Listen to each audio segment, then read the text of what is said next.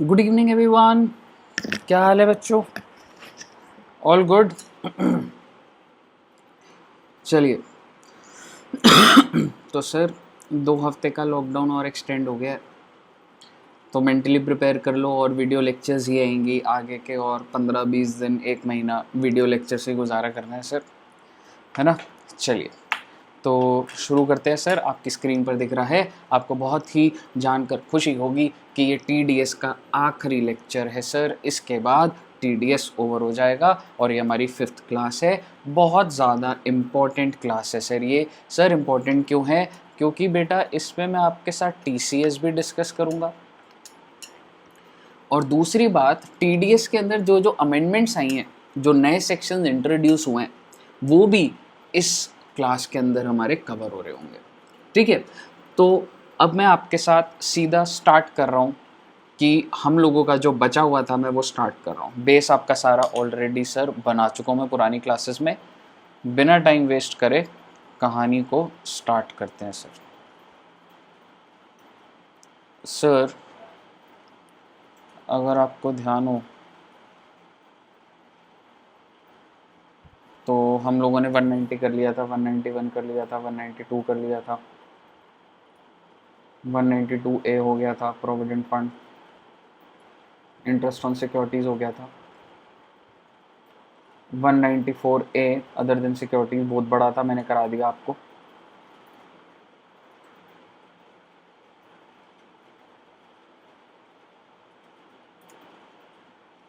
Lotteries हो गया, contractor, ये बच रहा था बेटा हमारा। तो आइए 194C स्टार्ट करते हैं। 194C,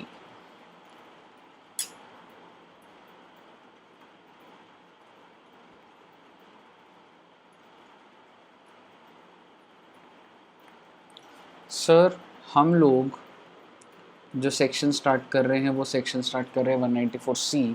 194C में क्या होता है बेटा, अगर एक पर्सन दूसरे पर्सन को कोई भी इनकम देता है इन द नेचर ऑफ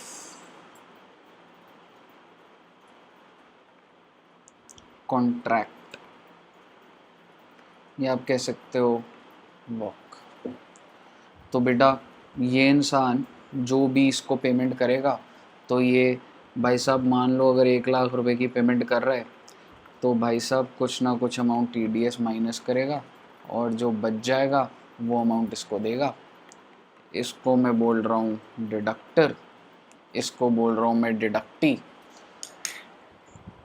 तो भाई साहब इतनी सी बात समझना, हम लोग कर रहे हैं 194C।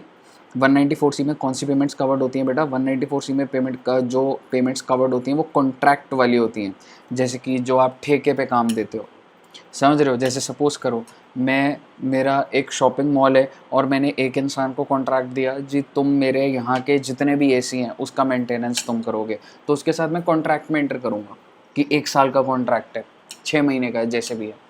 मेरा शॉपिंग मॉल है बच्चे पूरा का पूरा, और मैंने एक इंसान से कॉन्ट्रैक्ट करा हुआ है, भाई साहब सारा का सारा मेंटेनेंस, जो भी वॉशरूम्स हैं उसका मेंटेनेंस कौन करोगे? तुम करोगे। ठीक है, मेरा मॉल है बेटा, मैंने इतनी सारी एंट्रीज़ हैं, सिक्योरिटी चाहिए, मैंने सिक्योरिटी का किसी से कॉन्ट्रैक्ट करा हुआ है कि भाई साहब मेरे मॉल के अंदर की सिक्योरिटी की जिम्मेवारी तुम्हारी। तो ये क्या है? ये बेसिकली जब आप किसी के साथ भी कॉन्ट्रैक्चुअल एग्रीमेंट में जाते हो, तो आप जब उसको पेमेंट करोगे, क्योंकि वो आपको सर्विस देगा, आप उसको पेमेंट करोगे, तो आपको TDS डिडक्ट करना पड़ेगा। कौन से सेक्शन में? 194C में। आइए डिटेल्ड बात पढ़ते हैं।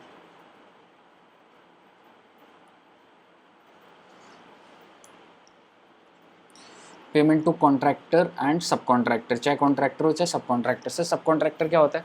मैंने आपको सिक्योरिटी का काम दिया, आपने फर्दर आगे सिक्योरिटी का काम दूसरे को दे दिया।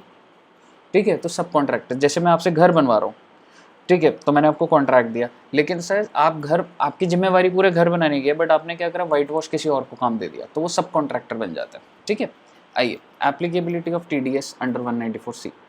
Section 194C provides for deduction of tax. Section 194C कहता है कि TDS डिडक्ट करो from payment made to, box में कर लेना बेटा, रेजिडेंट कॉन्ट्रैक्टर। अगर आप पेमेंट कर रहे हो कॉन्ट्रैक्टर को जो कि रेजिडेंट है या फिर सब कॉन्ट्रैक्टर है तो आपको TDS डिडक्ट करना है। A person responsible for paying any sum to a resident contractor for carrying out any work, मैं उसे क्यों पेमेंट कर रहा हूँ, because he is carrying out some work. और ये देखिए क्या लिखा हुआ है, इंक्लूडिंग सप्लाई ऑफ लेबर। भाई सिक्योरिटी के अंदर क्या सप्लाई करोगे, सिक्योरिटी गार्ड्स ही तो सप्लाई करोगे ना। मान लो मेरा मॉल है, मैं एक इंसान को सिक्योरिटी के लिए हायर करता हूँ, तो अल्टीमेटली वो क्या कर रहा है, he is charging me because उसने 50 सिक्योरिटी गार्ड लगा रखे हैं सर मेरे यहाँ पे।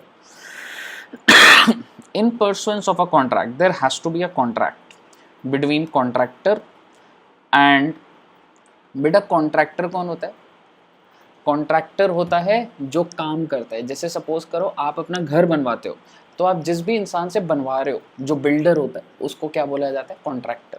और यहाँ पे क्या लिखा हुआ है, ये कॉन्ट्रैक्टी है, ठीक है। कॉन्ट्रैक्टरी कौन है, चाहे सेंट्रल गवर्नमेंट से कॉन्ट्रैक्ट हो, चाहे स्टेट गवर्नमेंट से आपका हो, लोकल अथॉरिटी, स्टेचूटरी कॉरपोरेशन, ऐसे बहुत सारे नाम लिखे हुए। यहाँ तक क्लियर है। और individual HUF, AOP BOI subject to tax audit. यहाँ पे दोबारा से वही बात आ गई कि इंडिविजुअल और HUF ये किन लोगों के ऊपर लगेगा, इंडिविजुअल HUF के ऊपर लगेगा, लेकिन उन लोग के ऊपर लगेगा जिनकी टैक्स ऑडिट होनी है under 44AB in the immediate preceding financial year, यानी कि जिनकी पिछले फाइनेंशियल ईयर में अगर 1 करोड़ या 50 लाख से ऊपर है तो वो इंडिविजुअल और HUF इस सेक्शन में कवर्ड है कि जब वो पे करेंगे तो उनको TDS काटना पड़ेगा। बेटा मैं एक छोटी सी बात आपको बताना चाहता हूँ, आई थिंक आपको कन्फ्यूजन आ रही है इस टाइम पर। तो आपको ना ये जो वर्ड आया ना contractor and contractee, you can say ये इंसान कॉन्ट्रैक्टी है बच्चे, तो डिडक्टर को बोल रहा हूँ मैं कॉन्ट्रैक्टी। डिडक्टर कौन हो सकता है, सेंट्रल गवर्नमेंट, स्टेट गवर्नमेंट, कोई भी पर्सन, इंडिविजुअल और HUF भी। लेकिन ये इंडिविजुअल और HUF कौन से होने चाहिए, जिनका पिछले फाइनेंशियल ईयर में 44AB की लिमिट एक्सीड हो रही है। और ये कौन है बच्चे, जिसको आप काम देते हो उसको बोला जाता है कॉन्ट्रैक्टर, बोलते हो ना ठेकेदार, that person is called contractor to whom you give the contract. I hope आपको क्लियर होगा। आइए, बहुत बातें करनी है बेटा इसमें भी। तो बेसिकली आपने ये देख लिया कि भाई अगर मैं किसी को कॉन्ट्रैक्ट बेसिस पे कुछ पेमेंट करता हूँ तो मेरे को TDS डिडक्ट करना है, ठीक है। Next, time of deduction. बेटा टाइम ऑफ डिडक्शन आप अंदर पढ़ोगे, इसके अंदर क्या बात लिखी हुई है, TDS is to be deducted at the time of credit और at the time of payment whichever is earlier. तो यही लिखा हुआ at the time of payment, at the time of credit whichever is earlier. Suspense में डालोगे तो भी उसको क्रेडिट मान लिया जाएगा। ये बातें हम कर चुके हैं। बहुत इंपॉर्टेंट बात है। Rate of TDS, sir rate of TDS के 2% दिख रहे हैं, 1% और 2%। 1% कब होते हैं, वेयर द पेई इज इंडिविजुअल और HUF। सर कभी पेई, कभी कॉन्ट्रैक्टर, कभी डिडक्टी। अब बताओ बेटा पेई क्या होता है, पेई होता है जिसको आप पे कर रहे हो, यानी कि हमारी ज़िंदगी में पेई कौन बना सर, हमारी ज़िंदगी में पेई है ये। अगर पेई इंडिविजुअल या HUF है तो बताओ बेटा कितना % TDS कटेगा, 1%, वेयर द पेई इज इंडिविजुअल और HUF। और अगर पेई, ये पेई है और ये कौन है, ये भाई है पेयर, और अगर पेई अदर देन इंडिविजुअल है तो 2%। यहाँ तक कोई दिक्कत। और ये बात important, the same rate of TDS would apply for both contractor and सब कॉन्ट्रैक्टर। कोई डिफरेंशिएट नहीं करा गया TDS के रेट में। कोई दिक्कत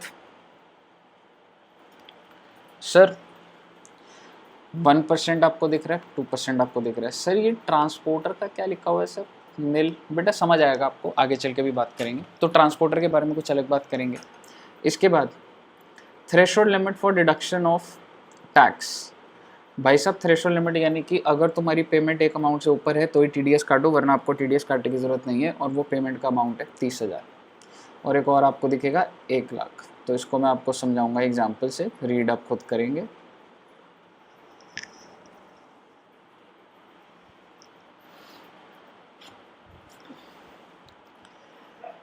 सर एक इंसान है मिस्टर ए, मिस्टर ए ने, एक इंसान है मिस्टर बी, उसके साथ कॉन्ट्रैक्ट किया किस चीज़ का सर? वाइट वॉश का, ठीक है जनाब। और मिस्टर बी को मैं क्या बोल रहा हूँ? कॉन्ट्रैक्टर। ये वाइट वॉश करेगा मिस्टर बी, ठीक है। हाँ सर, चलिए ऊपर वाला हटा देता हूँ मैं। सर मिस्टर बी जो है वाइट वॉश करेगा, तो मिस्टर बी ने बोला जी आप टेंशन क्यों लेते हो, आपके ऑफिस को एकदम चमका देंगे जी, लेकिन हमारी जो फीस है ना वाइट वॉश करने की, वाइट वॉश करने की, वो आपको पे करनी है। और टोटल कितनी है वो? 25,000। मुझे बताइए बेटा, क्या टीडीएस लगेगा? मिस्टर ए और मिस्टर बी के बीच में जो कॉन्ट्रैक्ट हुआ है वो अमाउंट हुआ है 25,000 का, क्या टीडीएस कटेगा? आंसर इज टीडीएस नहीं कटेगा। अगर ये कॉन्ट्रैक्ट हुआ होता बेटा 35,000 का, आई एम सेइंग दैट अगर ये कॉन्ट्रैक्ट होता 35,000 का, तो क्या टीडीएस लगता? बिल्कुल लगता सर टीडीएस, क्योंकि 30,000 से एक्सीड हो गया। सर उधर एक और लिमिट लिखी थी 1,00,000। अब मेरी बात ध्यान से सुनना,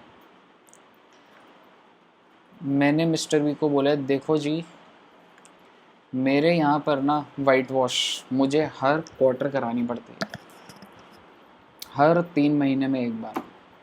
तो मैं आपके साथ कोई छोटा मोटा एग्रीमेंट 3 साल में एक बार वाला एग्रीमेंट नहीं है, हमारा तो कंटिन्यूस चलेगा भाई साहब। और अभी कौन सा साल है? अभी है जी 18-19, अभी बिगनिंग हुई है 1 अप्रैल 18 की। तो मैं तो आपको ये कह रहा हूँ आपको हर क्वार्टर वाइट वॉश करना है। तो मिस्टर बी ने बोला कर देंगे जी 20,000 ਤੁਹਾਡੀ पर क्वार्टर दी वाइट वॉश ਦਾ खर्चा आएगा। ਮੈਨੂੰ ਦੱਸਿਓ टोटल खर्चा किने दा हो गया? 80,000। तो क्या जब 20,000 की पेमेंट हुई होगी टीडीएस कटा होगा? नहीं सर। क्यों? क्योंकि बेटा वो जो 30,000 वाला था ना, वो जो मैंने आपको लिखवाया था 30,000, ये वन टाइम का था, और जो 1,00,000 है वो एग्रीगेट में देखना होता है। तो मुझे बताइए क्या आपका वन टाइम 30,000 से ऊपर गया? नहीं गया। क्या आपका एग्रीगेट 1,00,000 से ऊपर गया? नहीं गया। तो भाई साहब क्या टीडीएस के प्रोविजन लगे? नहीं लगे। यहाँ तक कोई दिक्कत नहीं सर। सर एक बात बताओ, अगर यही एग्रीमेंट हुआ होता 35,000 का,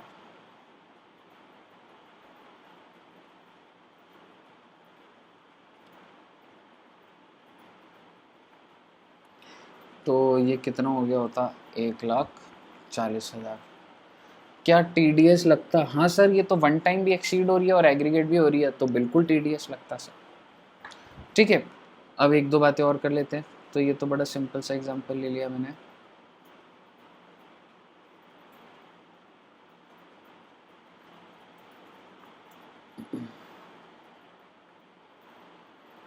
बेटे 28,000 का कॉन्ट्रैक्ट करा है मिस्टर बी से वाइट वॉश का। आप मुझे बताइए क्या वन टाइम पेमेंट एक्सीड हुई? नहीं हुई। तो क्या टीडीएस लगा होगा? कोई पेमेंट नहीं। लेकिन you have to check the aggregate also. Aggregate कितना बेटर है?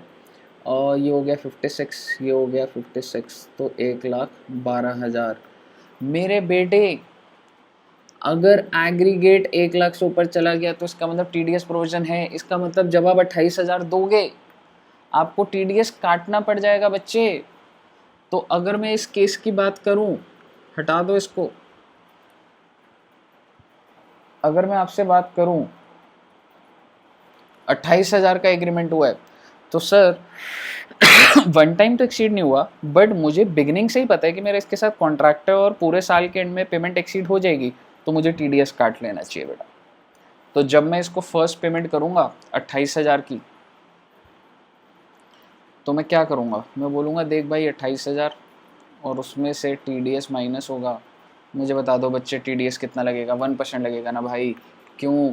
क्योंकि ये इंडिविजुअल है ना भाई, इंडिविजुअल और एचयूएफ के लिए बताया तो है कि अगर पे ही आपका इंडिविजुअल एचयूएफ होता है तो 1% है, अगर ये कंपनी होती तो 2% होता। आई होप आपको क्लियर है सर।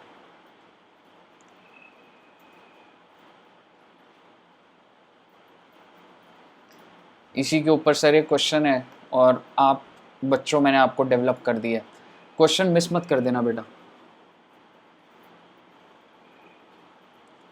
तो जो बच्चे अगर मान लो गिरीश सर की बुक से रेफ़र कर रहे हैं, मैं तो आपको सजेस्ट करूंगा कि आईसीआई के अगर मैंने पढ़ाया इससे है तो आप इसी से ही कर लो, ठीक है। लेकिन गिरीश सर की बुक से भी करोगे कोई मेरे को कोई चिंता वाली बात नहीं है, कॉन्सेप्ट आना चाहिए सर, ठीक है। लेकिन जो जो इलस्ट्रेशन आ रही है वो स्क्रीन पर जब आती है तो आप वो क्वेश्चन ज़रूर करें बेटा, ठीक है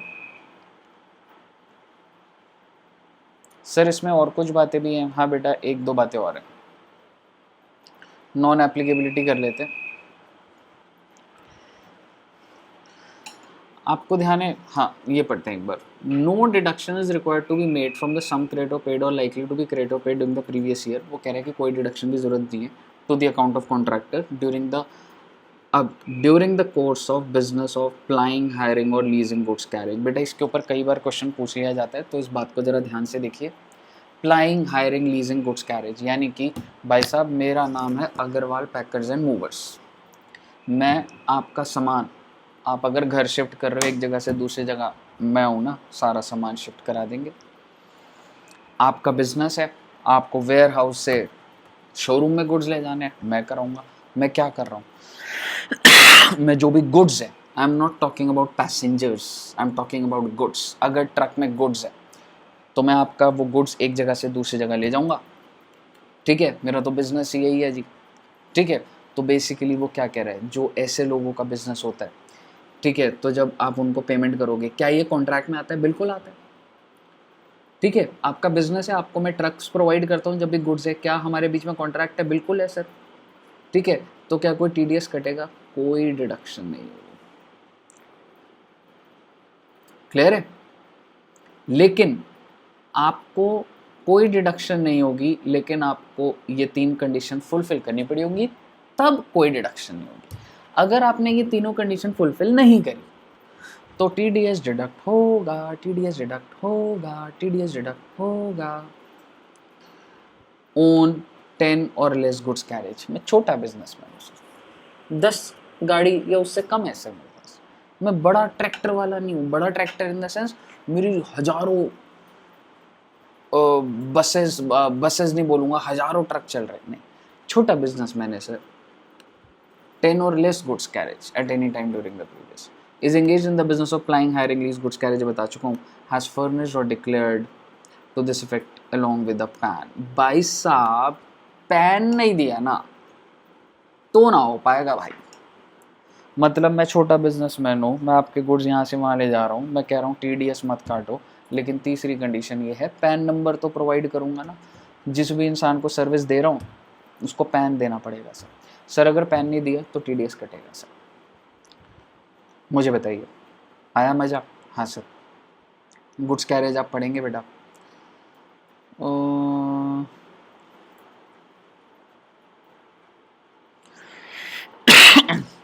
सर छोटी सी बात, this section will apply only in relation to work contract. What do you mean by work contract? Work contractors चीज़ समझो थोड़ा सा ब्रॉडर। मैं आपके साथ कॉन्ट्रैक्ट करता हूँ कि मैं आपसे हर महीना 10,000 लैपटॉप खरीदूंगा, मेरी बहुत बड़ी कंपनी है, हर महीना 10,000 लैपटॉप लगते हैं, मैं आपसे कॉन्ट्रैक्ट करता हूँ। आपने मुझे क्या दिया? लैपटॉप। मैं आपको क्या कर रहा हूँ? पेमेंट। क्या ये सर कॉन्ट्रैक्ट है? लाइक शुड आई से कि ये तो 194C में है? नहीं बेटे नहीं, ये तो गुड्स बिक रहे हैं बेटा, तो क्या हो गया, मैं आपके साथ प्री डिफाइंड कॉन्ट्रैक्ट कर रहा हूँ, तो 194C में वो नहीं आता, यही लिख रहा है, will not cover contract for sale of goods. मेरी आपसे डील है जी, कपड़ा खरीदेंगे, आपसे खरीदेंगे, आपने कपड़ा बेचा, मैंने आपको पेमेंट करी, तो मैं सोच रहा हूँ क्या ये 194C है? नहीं बेटे नहीं, 194C सर्विस सेक्टर है, service, AC repairing, repairs and maintenance, white wash, goods carriage, इस तरीके की पेमेंट्स। और आपके दिमाग में जो आ सकते हैं, हजारों टाइप की पेमेंट होती है सर। अगली बात, सर प्रोफेशनल सर्विस, ये क्लियर कर दिया है, contract for rendering professional service by lawyers, physicians, surgeon, engineers, consultants, architects, accountants cannot be regarded as contract for carrying out any work. Accordingly, no deduction is made for payment related to subcontract under this section. वो कौन से section में होता है? 194J। भाई साहब भाई साहब भाई साहब, प्रोफेशनल्स के लिए 194C नहीं है, 194J है।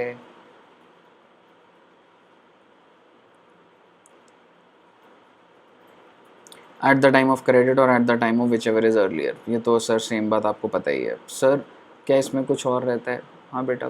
सर ये जो सर्कुलर नंबर है आपको याद रखना है? नहीं, लेकिन बेटा ये हेडिंग और ये अंदर का ये आपने पढ़ लेना है।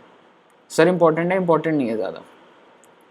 ये एक और CBDT का सर्कुलर है ब्रॉडकास्टर पे, ये पढ़ लेना। सर इंपॉर्टेंट है? नहीं बेटा इंपॉर्टेंट नहीं है। सर क्या 194C आखिरी सांसें ले रहा है? हाँ बेटा हाँ, आखिरी सांसें ले रहा है।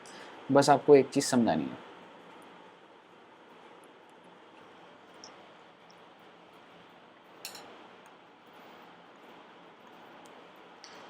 सर ये एक इंसान है और ये गया इस इंसान को के पास और इसने बोला कि he wants to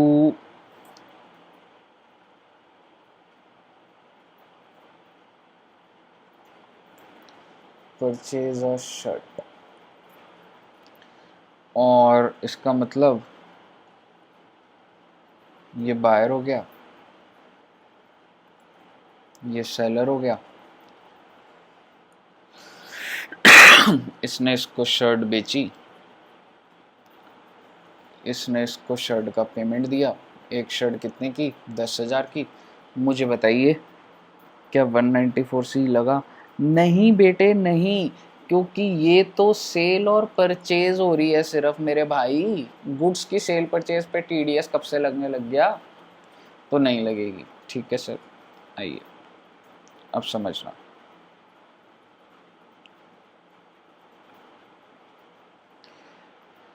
mister A गया, सॉरी इसको बोल देता हूँ मिस्टर ए, कहता है जी मेरे को ना शर्ट बनवानी है, जिसमें ना शर्ट बनाते हैं एक बार।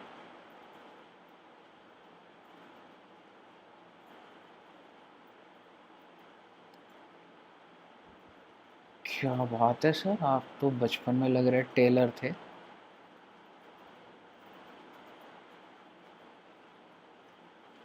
वाह, मुझे भी नहीं पता था मैं इतनी अच्छी ड्राइंग कर लूँगा। हाफ स्लीव शर्ट है, ठीक है, ये इधर पॉकेट है। ये भाई ने बोला जी शर्ट बनानी है, और बात सुन लो कैसे शर्ट बनानी है। ये जो बटन्स होने चाहिए ना, ये काले होने चाहिए। कॉलर के पीछे ऐसे कांटे होने चाहिए पीछे, ताकि कोई पीछे से देखे तो ऐसे पीछे से हो। फिर इसकी जो ये है ना, ये ऐसे ऐसे करके फूल बना होना चाहिए बाजू, ऐसे, समझ रहे हो? और ये वाला होना चाहिए काला ये साइड से, और ये वाइट होना चाहिए। तो इसने बोला मुझे ऐसी शर्ट बनवानी है, ठीक है। तो ये बात हुई। तो बेसिकली ये परचेज तो कर रहा है बायर, लेकिन विद अ स्पेसिफिकेशन कि बटन्स ये लगे होने चाहिए, कॉलर पे कांटे लगे होने चाहिए, ठीक है। इसने बोला हो जाएगा जी, आपकी स्पेसिफिकेशन से काम करेंगे। क्या इसके पास दुकान में पड़ा होगा? नहीं पड़ा सर, तो इसको बनाना पड़ेगा। इसने क्या करा, ये मार्केट में गया, इसने सारा का सारा सामान खरीदा, ठीक है, और इसको ऐसी शर्ट बना दी। क्या 194C लगा? नहीं बेटे नहीं। क्यों नहीं लगा? क्योंकि ये कॉन्ट्रैक्ट सेल और परचेज का ही है। अब मेरी आखिरी बात समझना, इसने बोला कि ये जो कपड़ा है ना वो मैं तुम्हें देगा। अब मैं अगले केस की बात कर रहा हूँ। इसने क्या बोला कि ये जो कपड़े हैं ये मैं तुम्हें देगा, तुम बेकार कपड़ा लगाता है, मैं तुम्हें कपड़ा दूंगा एकदम बढ़िया नाइलॉन का, जो कांटे लगाने हैं कॉलर पे मैं तुम्हें देगा, जो ये बटन्स हैं मैं तुम्हें देगा, तुम बस इसको बनाने का सामान मैं देगा तुम्हें। तो बेसिकली कस्टमर ने सामान दिया। अब आप मुझे बताइए, ये इससे जो भी पैसे लेगा ये इंसान, ये मटेरियल के भी लेगा या सिर्फ सर्विस के लेगा? कह सकता हूँ सिर्फ और सर्विस। क्या ये 194C है? हाँ बेटे हाँ, हाँ बेटे हाँ, हाँ बेटे हाँ। आई बात समझ? Because it is called work contract. मैं एक आदमी से काम करवा रहा हूँ, मेरी स्पेसिफिकेशन के अकॉर्डिंगली मेरा ही सामान लग रहा है। इट्स जस्ट लाइक कि मैं अपना घर बनवा रहा हूँ, टाइल्स मैं लाऊंगा, पेंट मैं लाऊंगा, सब मैं करूँगा, तू सिर्फ अपना लेबर प्रोवाइड कर। क्या ये 194C है? हाँ है 194C। आई होप आपको समझ आ गया होगा। इससे ज़्यादा डिटेल ये डिज़र्व नहीं करता बेटा सेक्शन, इससे ज़्यादा इज्जत नहीं देने का, ज़रूरत से ज़्यादा इज्जत और ज़रूरत से कम इज्जत नहीं देने का बाबू भैया। आइए 194D डन है साहब, 194E डन है साहब, 194EE बेटे अगर मैंने लास्ट क्लास होमवर्क दे दिया तो इसका मतलब मैंने सही करा, नहीं दिया तो बेटे अभी होमवर्क ले लो, फिर आप होमवर्क है आपका। 194F होमवर्क ले लो बेटा। 194G is done, commission is done, rent मैंने करा दिया था लास्ट क्लास में।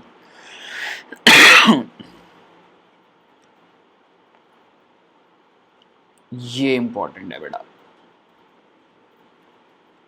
194IA मैंने करवा दिया था ये।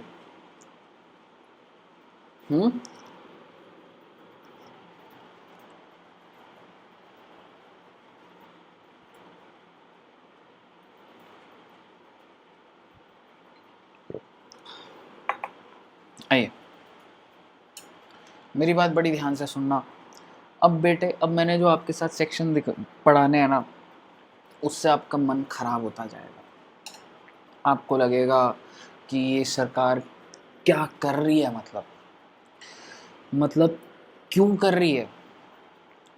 मतलब आपने तो सर जब TDS शुरू करा था आपने कहा था कि बर्डन कम होना चाहिए आम आदमी के ऊपर। आप तो हर सेक्शन में आम आदमी को खींच के लाते जा रहे हो। बेटे मैं क्या करूं, सरकार सेक्शन ही कुछ ऐसी बना रही है। तो अब आप समझना, जैसा कि मैंने आपकी सोच बनाई थी कि इंडिविजुअल होता है वो तो आम आदमी होता है, उसको कहाँ TDS की बातें पता, उसके ऊपर कहाँ लगेंगे TDS। अब कुछ सेक्शन में बेटा उसको खींच के लाया जाएगा, नहीं नहीं आओ। जैसे वो होता है ना, जब आप एक शादी पे जाते हो, कुछ लोग होते हैं बड़ा अपनी खुशी से डांस कर रहे होते हैं, कुछ होते हैं देख रहे होते हैं, और फिर जो डांस कर रहे होते हैं वो खींच के लाते हैं, आओ आओ आओ आओ जी मामा जी आप भी डांस कर लो, आ जाओ चाचा जी ताऊ जी आप भी। और फिर वो 2 मिनट के लिए ऐसे डांस करते हैं। तो वो लोग जो नाचना नहीं चाहते उनको नचवा दिया सर, कितनी गलत बात है। सिमिलरली जिनके ऊपर TDS का भरोसा नहीं होना चाहिए, इंडिविजुअल HOF उनको ऊपर लगवा देंगे सर। पर क्या करें बेटा, सरकार की भी मजबूरी है, क्योंकि कुछ इंडिविजुअल ऐसे हैं जो भाई साहब मोटी मोटी पेमेंट करते हैं। सर सैलरी वाला भी हाँ बेटे हाँ, मोटी मोटी पेमेंट हाँ बेटे हाँ,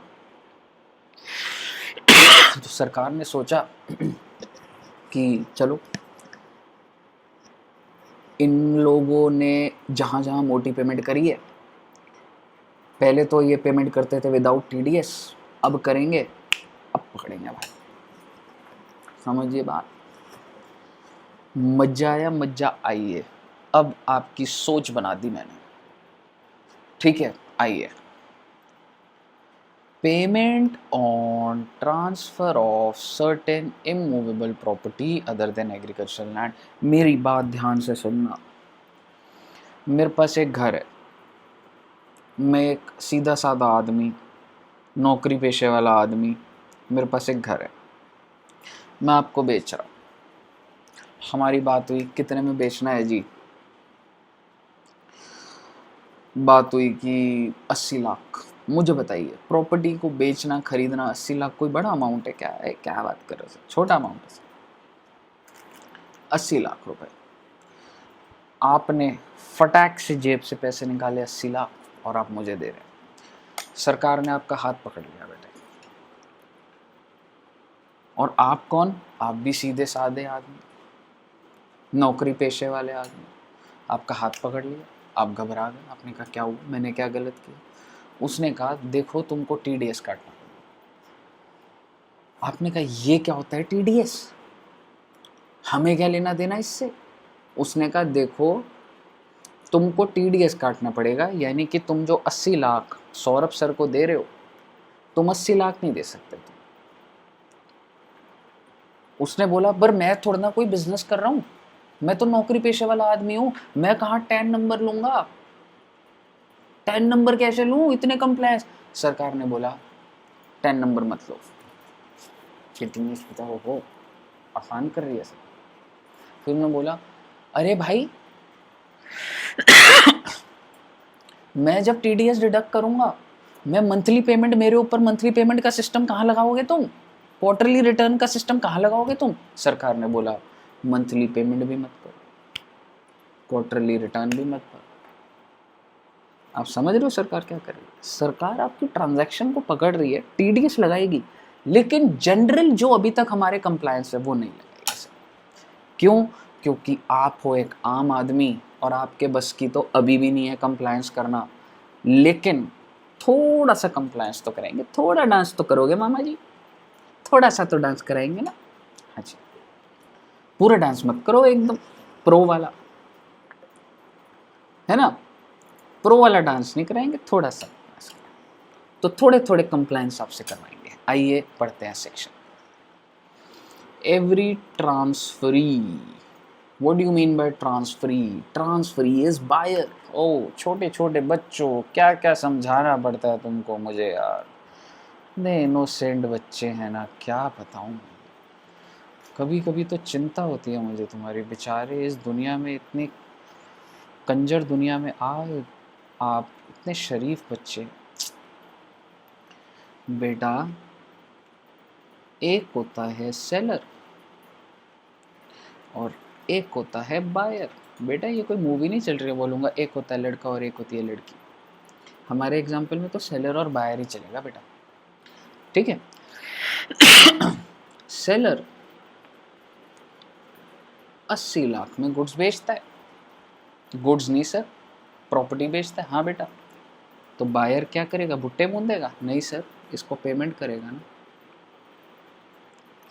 तो मेरे भाई इसको ट्रांसफरी नहीं बोलेंगे तो क्या बोलेंगे? इसको ट्रांसफरर नहीं बोलेंगे तो क्या बोलेंगे बताओ? तो मैं किसकी बात कर रहा हूँ? बायर बायर, जब तुम इसको 80 लाख पे करोगे तो ऐसा करना, इसमें से टीडीएस माइनस कर लेना, खत्म।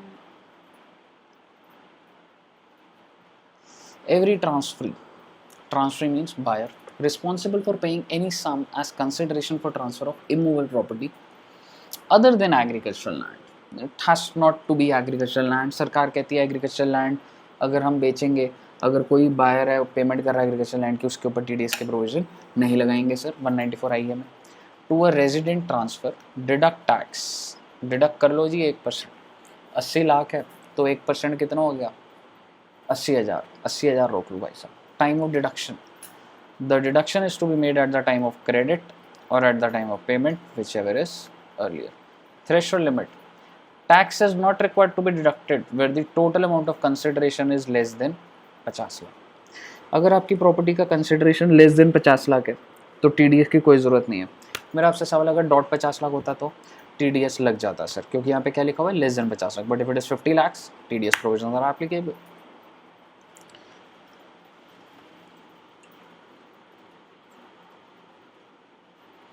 Since tax deduction at source for compulsory acquisition, याद करो मैंने लास्ट क्लास में कंपलसरी एक्विजिशन करवा दिया था, तो अगर ये केस कंपलसरी एक्विजिशन का तो 194LA में जाएगा, यहाँ पर नहीं आएगा. जैसा कि मैंने आपको बताया, 10 नंबर आपको नहीं चाहिए. कंसिडरेशन का मतलब पढ़ लेंगे बेटा, बहुत समझदार बच्चे हो तुम. कार पार्किंग, सारा का सारा प्रॉपर्टी के अंदर, मैं आपको प्रॉपर्टी बेच रहा हूँ, मैं अलग अलग बोल रहा हूँ. अच्छा जी मेंबरशिप फीस इतनी है जी वहाँ की, अच्छा जी कार पार्किंग भी दे रहे हैं, अच्छा जी बिजली का जो कनेक्शन है, अच्छा जी मेंटेनेंस फीस. अरे भाई सारी की सारी पेमेंट आ जाएगी. Consideration for transfer of immovable property. अब कुछ इंपॉर्टेंट बात, सर ये बताओ, जो बायर है वो पेमेंट कर रहा है सर 80 लाख की, 1% का टीडीएस डिडक्ट कर दिया 80,000, सर वो पे कैसे करेगा सर? मतलब पेमेंट होती थी मंथली, फिर उसकी डिटेल जाती थी क्वार्टरली, फिर उसका सर्टिफिकेट होता था 15 दिन के अंदर, तो ये कैसे होगा सर? अब समझिए, सच सम डिडक्टेड, बायर मैं आपसे बात कर रहा हूँ, आपने जो डिडक्ट करा है, shall be paid to the credit of central government within 30 days. Sir ये नई बात है, within 30 days, तो इसको बॉक्स में कर लेंगे आप, within 30 days from the end of the month in which deduction is made. यानी कि जिस भी महीने में डिडक्शन करिए, जब भी टीडीएस डिडक्ट कराए, मान लो आज क्या डेट है, आज है सर 1 मई है आज, हाँ, आज मैंने आपको अपनी प्रॉपर्टी बेच दी, तो 1 मई को बेच दी भाई. अब वो क्या बोल रहा है, 30 days from the end of the month. अब मई का महीना 30 मई निकलने दो, 31 मई, उसके बाद आपको 30 दिन मिलेंगे. 30 दिन यानी कि 30 जून तक, आपको 30 जून तक it shall be paid to the credit of government. Sir ये सिर्फ पेमेंट हुई है? नहीं बेटे नहीं. And shall be accompanied by challan cum statement. Box में कर लीजिए, चालान कम स्टेटमेंट. ये पहली बार है जब पेमेंट भी यही है और रिटर्न भी यही है. और बच्चे आपको याद होगा, मैंने आपको पहली क्लास में कुछ चीज़ें लिखवाई थी टीडीएस स्टेटमेंट के बारे में. एक लिखवाया था 24Q सैलरी वालों के लिए, एक लिखवाया था 26Q अदर देन सैलरी. एक सुन लो बेटा, एक होता है 27Q और एक होता है 26QB. सर ये आप जो लिखवा रहे हो ना कुछ समझ नहीं आ रहा, अभी समझ आएगा. ये सारी की सारी सैलरी, सर मेरी कंपनी है, 500 एम्प्लॉई हैं, उनका टीडीएस कटता है, तो टीडीएस मैंने जमा कर दिया सर मंथली, तो कौन से फॉर्म में सबमिट करूं डिटेल्स, रिटर्न कौन से फॉर्म में दूं, 24Q.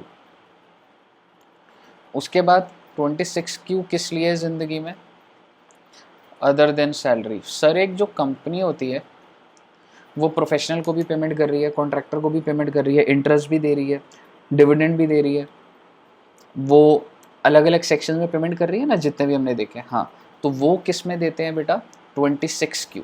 तो आपको ये कौन सा सेक्शन दिया मैंने, 26Q. क्लियर है? हाँ सर. 27Q, सर ये क्या होता है, अगर आप जिस भी इंसान को पेमेंट कर रहे हो, यानी कि ट्रांसफरी अगर नॉन रेजिडेंट है, जिसको भी मैं ट्रांसफर, जिसको भी मैं पैसे दे रहा हूँ, या आप कह सकते हो डिडक्टी, डिडक्टी जिसका टीडीएस डिडक्ट हो रहा है, अगर वो नॉन रेजिडेंट है तो किस में जाता है, 27Q।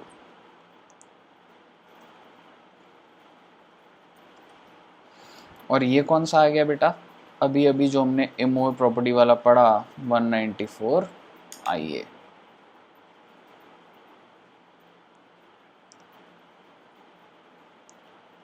ये वाला 194IA। तो आपको क्लियर है। तो ये क्या है सर, ये चालान कम स्टेटमेंट है सर। ये तो 24Q, ये सारी तो क्वार्टरली जाती थी, लेकिन ये वाली कैसे जाएगी बेटा, ये वाली तो एक ही बार है। प्रॉपर्टी अगर आपने बायर ने एक बार खरीदी है तो भाई साहब एक बार का काम है। The amount so deducted has to be deposited to the credit of central government by electronic remittance। आपको पेमेंट कैसे करनी पड़ेगी, electronic remittance. above mentioned time limit, क्या टाइम लिमिट है, 30 days from the end of the month in which TDS was deducted। Authorise bank जो भी हो, 26Q भी बता चुका हूँ मैं आपको। देन क्या सर सर्टिफिकेट भी है, हाँ बेटा सर्टिफिकेट है। याद करो, मैं आपको फॉर्म सर्टिफिकेट के,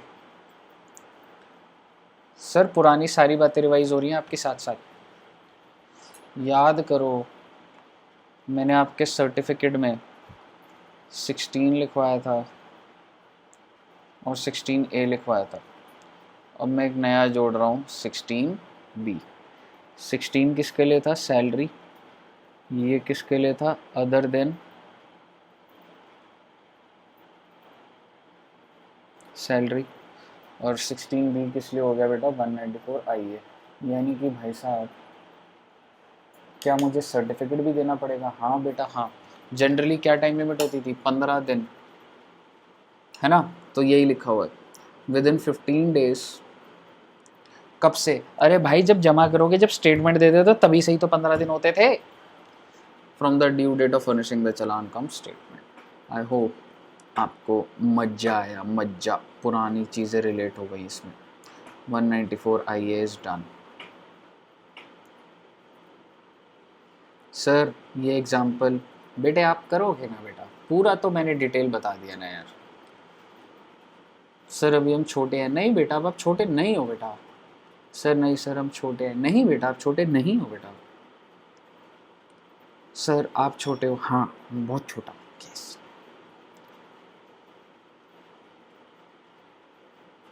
चलिए इलस्ट्रेशन 7 आई होप आपने देख लिया होगा, फोटो खींच लेना भाई। अब आया है खतरनाक सेक्शन, अब मैं इसकी बातें आपको बोलता जाऊंगा। सर आपने देखा 194IA में कैसे एक आम इंसान को जो प्रॉपर्टी में डील करता है, जिसका कोई बिजनेस से लेना देना नहीं है, उसको भी आपने घुसा दिया। अब एक और बेटा,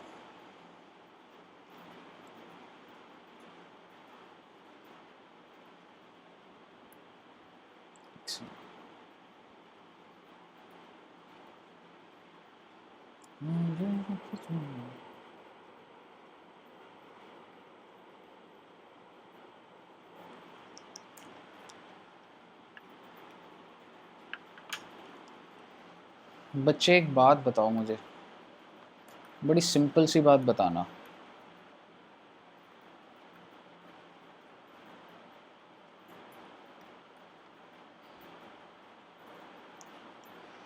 सर क्या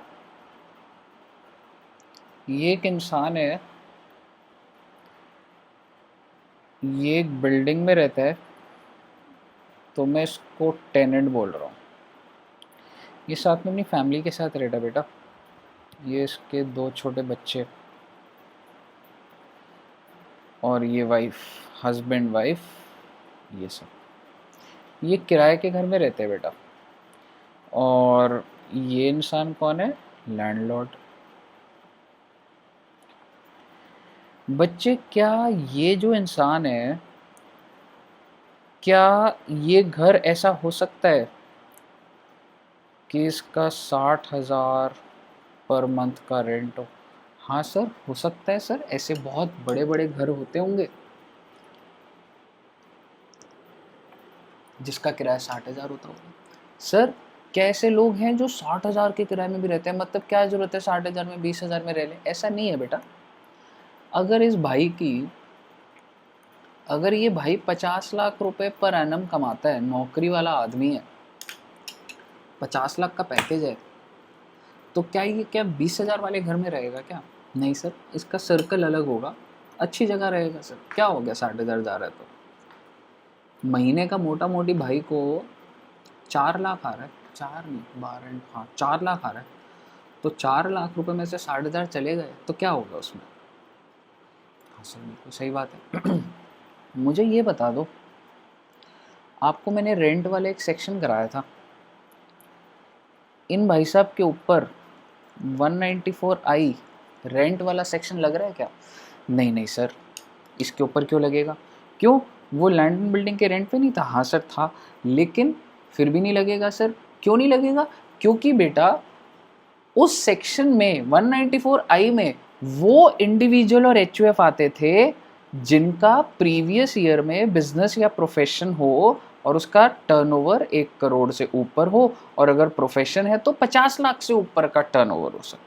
यानी कि majorly 194I was capturing only those individuals who are doing business।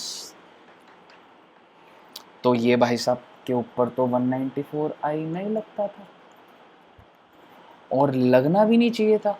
ये कामकाजी इंसान, ये डॉक्टर है भाई, इससे टीडीएस के प्रोविजन करवाओगे क्या तुम लोग? तो इसलिए नहीं लगता था। लेकिन अब जिंदगी में आ गया 194I। हो जो कि लग जाएगा सर। सर आम आदमी है सर, क्यों जुल्म कर रहे हो सर? डॉक्टर को टीडीएस का क्या पता? बेटे लग जाएगा सेक्शन 194IB उन इंडिविजुअल्स और एचयूएफ के ऊपर है जो 194I में बच गए थे बेटा, जो 194I में बच गए थे। कौन बच गए थे? वो इंडिविजुअल जो बिजनेस नहीं कर रहे, या अगर बिजनेस कर रहे हैं तो उनका छोटा बिजनेस है। सोच के देखो यार।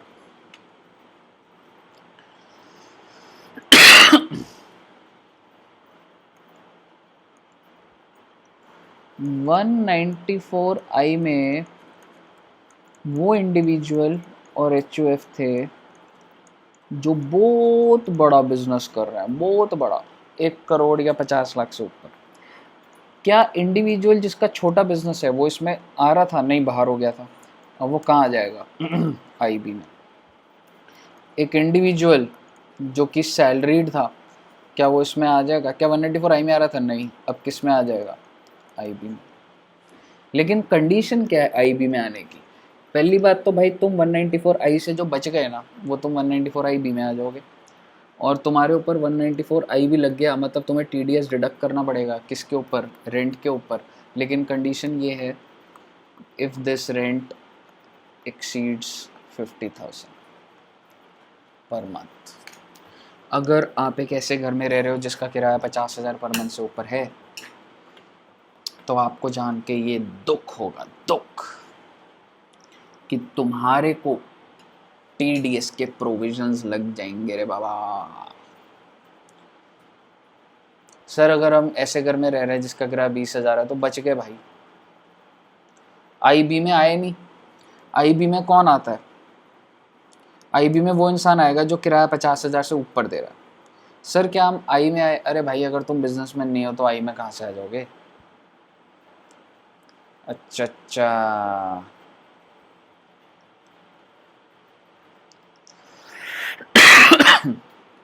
Payment of rent by certain individual और एचयूएफ, तो ये बड़ा ही दुखी वाला काम है। Section 194IB require any person being individual और HUF other than those individual HUF who sales from business or profession exceeds the limit of 1 crore and 50 lakhs, यानी कि बिजनेस के लिए 1 करोड़ और बिजनेस के लिए 1 करोड़, प्रोफेशन में 10 लाख। तो अदर देन क्यों कर दिया? क्योंकि मेरे भाई अदर देन इसलिए कर दिया क्योंकि ये तो 194I में चले गए, तो इसको साइड कर दो। तो सिर्फ क्या रह गया? Person being individual HUF responsible for paying to a resident any income by way of rent to deduct income tax at the rate of 5%। TDS का रेट कितना हो गया? 5%। थ्रेशोल्ड लिमिट अगर 50,000 प्रति सप्ताह से अगर ऊपर हुआ तो आपको काटना है। टाइम ऑफ डिडक्शन, सर मतलब अगर एक इंसान 60,000 के किराए पे रह रहा है तो उसको टीडीएस डिडक्ट करना पड़ेगा? हाँ बेटे हाँ। सर क्या उसको 10 नंबर लेना पड़ेगा? नहीं लेना पड़ेगा। अब मेरी बात सुनते रहना, अब मैं आपको वही वाला एग्जाम्पल ही ले रहा हूँ। सर पूरा नहीं नचवाएंगे, थोड़ा बहुत तो आके नाचना ही पड़ेगा। मामा जी थोड़ा सा तो नाचो। क्या मामा जी को 10 नंबर लेना है? नहीं लेना। क्या मामा जी को हर महीना टीडीएस डिडक्ट करना है? नहीं करना। कैसे करेंगे सर फिर? बेटा पूरे साल आप रेंट में अगर हो तो आखिरी महीना मार्च में टोटल निकाल लो कि भाई साहब इतनी पेमेंट करिए इसको, उस पर टीडीएस डिडक्ट कर लो बेटा। हर महीने की 60,000 की पेमेंट में से टीडीएस काटने की जरूरत नहीं है।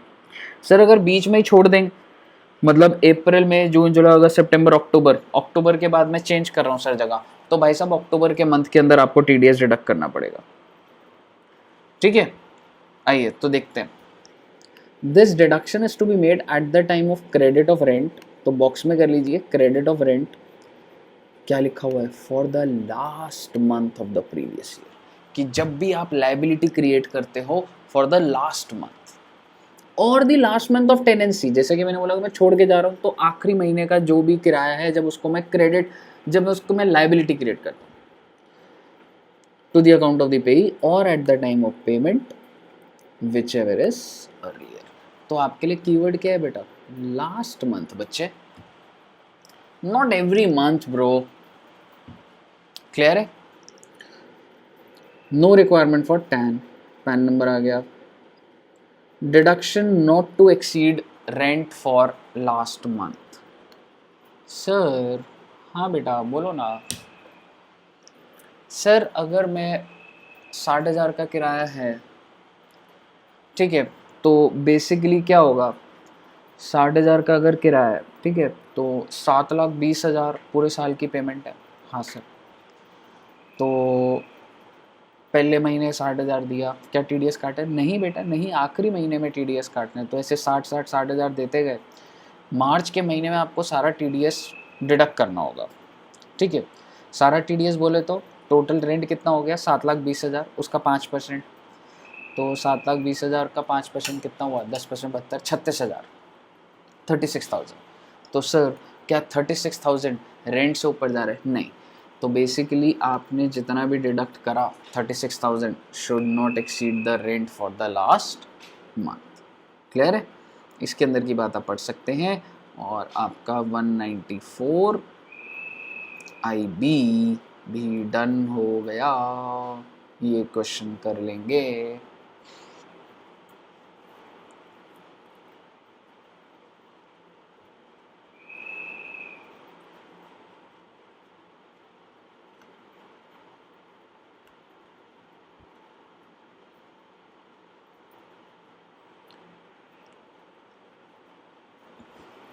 सर IC होमवर्क है बेटा आपका, स्पेसिफाइड एग्रीमेंट्स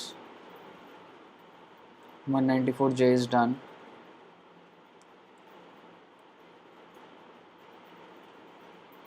वन 194 LA हम लोगों ने कर लिया था, कॉम्पनसेशन वाला। ये आ गया बेटा नया सेक्शन।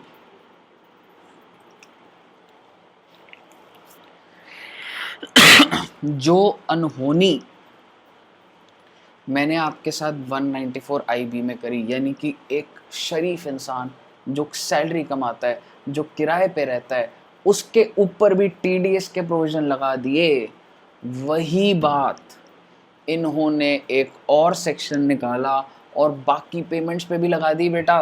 जहाँ जहाँ मैंने आपके इंडिविजुअल्स को बाहर करा था ना, इन्होंने एक सेक्शन लाया और उसी में घुसा दिया उसको, और ये अल्फाज पहली बार निकल रहे हैं। ये सेक्शन का नाम मैं पहली बार लूँगा अपनी ज़िंदगी में, क्योंकि ये पहली बार आया है बेटा। फाइनेंस एक्ट 2019 में ये आया गया है, और इस सेक्शन का नाम है 194M। मैं फर्स्ट टाइम समझा रहा हूँ ये कॉन्सेप्ट। आइए, payment made by individual HOF for a contract. याद करो बेटा, मैंने आपको बोला था कि कॉन्ट्रैक्ट के अंदर इंडिविजुअल और एचओएफ बाहर हो गए थे। एक बात बताओ, अगर आप अपना घर बनवा रहे हो, वाइट वॉश करवा रहे हो, टीडीएस लगेगा क्या आपके ऊपर? नहीं सर। क्यों? क्योंकि सर हम इंडिविजुअल है, हम कहाँ कंप्लायंस। बिल्कुल ठीक, 194C में लिखी हुई थी ये बात, अदर देन इंडिविजुअल, ये दिखा दिया था मैंने। फिर मैंने आपको प्रोफेशनल सर्विस में भी यही बात बताई थी। दुष्यंत सर का एग्जांपल लिया था कि बेचारे अगर उनका डिवोर्स हो गया तो लॉयर की फीस चाहिए होगी उनको। सर उनकी तो शादी नहीं हुई। बेटा आपको क्या पता, अभी आप दुष्यंत सर को जानते कहाँ हो भी पूरा। तो अगर उनका डिवोर्स हो गया, लॉयर की ज़रूरत पड़ी, तो मैंने आपको कहा था कि भाई उसमें क्यों ज़रूरत पड़ेगी, वो तो इंडिविजुअल है, उनकी कोई ऑडिट थोड़ा ना हो रही है। लेकिन बेटा वो फंस सकते हैं। इसी तरीके से कमीशन और ब्रोकरेज, मैंने आपसे डिस्कस करा था बेटे, कल को आप घर खरीदते हो तो आप ब्रोकर को अगर पेमेंट करते हो, आप कहोगे अरे भाई हमें कहाँ टीडीएस के प्रोविजन में फंसा रही है सरकार। फंस गए हो बेटा आप। तो आपको ध्यान रखना है, 194C से बचे, 194M में अटक गए। प्रोफेशनल सर्विस थी, 194M में अटक गए। कमीशन और ब्रोकरेज था, 194M में अटक गए। बस इतनी सी बात है। किस रेट पे टीडीएस काटना पड़ेगा बेटा आपको? 5%। यानी कि अगर आप किसी कॉन्ट्रैक्टर को पेमेंट करते हो, अगर आप किसी प्रोफेशनल को पेमेंट करते हो, अगर आप कमीशन या ब्रोकरेज पे करते हो, तो किस रेट पे टीडीएस काटना पड़ेगा? 5%। ये यही बातें लिखी हुई हैं। टाइम आउट सर, कुछ इंडिविजुअल उसमें कवर हो गए थे, क्या वो भी यहाँ आ रहे हैं? नहीं बेटा, जो वहाँ से बच गए थे वही यहाँ पर आ रहे हैं। ये देखो, it may be noted that only individual और HUF other than those who are required to act under 194C H और जे। ये 194C का था कॉन्ट्रैक्ट, ये जे का था, ये एच का था। तो जो उधर बच गए थे are required to deduct tax at the time of credit और at the time of payment. Threshold limit कितनी है sir? If it exceeds 50 lakh.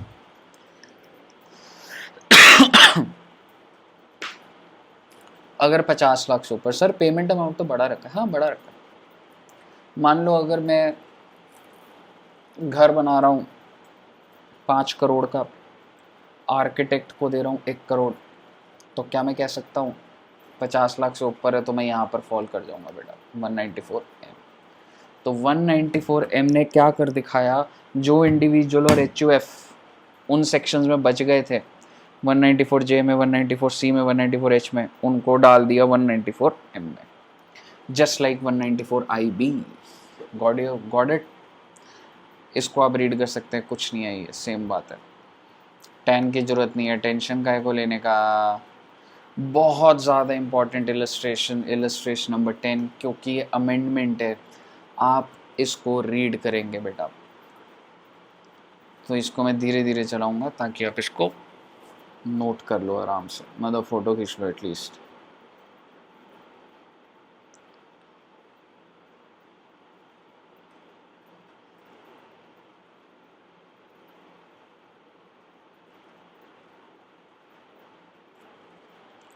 एक और सेक्शन 194N पहली बार आया बेटा ये सेक्शन। ये कहता है एवरी पर्सन, हर एक इंसान, बीइंग अ बैंकिंग कंपनी या कोऑपरेटिव सोसाइटी या post office, who is responsible for paying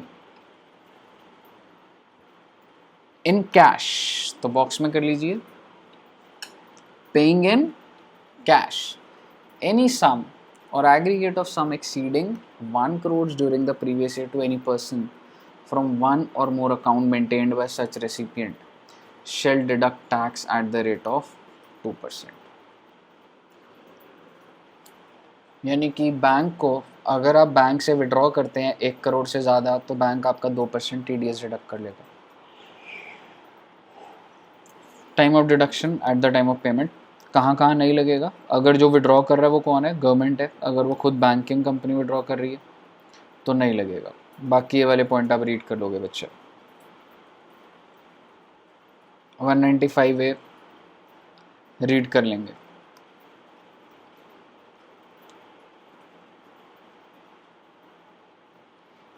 sir 195A, हालांकि आपको पता है, मैं थोड़ी सी चीज़ बता देता हूँ। ग्रॉसिंग अप होता है बेटा।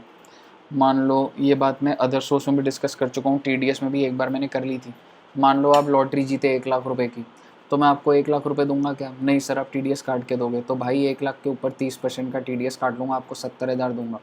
तो मुझे बताइए, क्या आपको जो रिसीव हुआ कितना रिसीव हुआ? 70,000। क्या आपकी इनकम 70,000 है? नहीं सर। आपकी इनकम कितनी है? सर 70,000 तो हमारे को रिसीव हुआ है, तो 70,000 represent 70%, then how much is 100%? So it is 1 lakh, so your income is 1 lakh. तो बेसिकली आपका जो भी TDS डिडक्ट हो जाता है वो आपने ऐड कर दिया और उसके बाद आपकी इनकम निकल के आई है बेटा। 196 होमवर्क इंपॉर्टेंट नहीं है।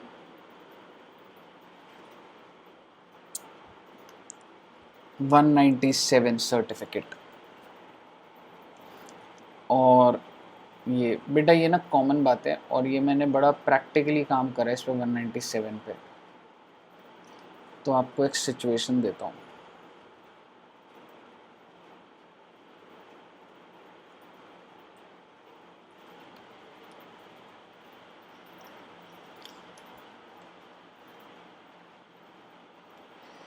सर मैं ना एक कंपनी में जॉब करता था, और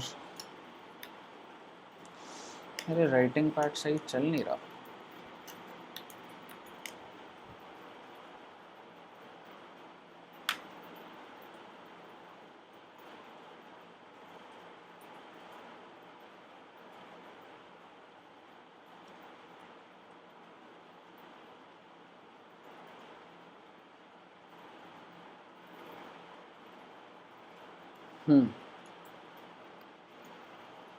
सर मैंने एक कंपनी में जॉब करता था और उसका नाम था GS स्टाफिंग।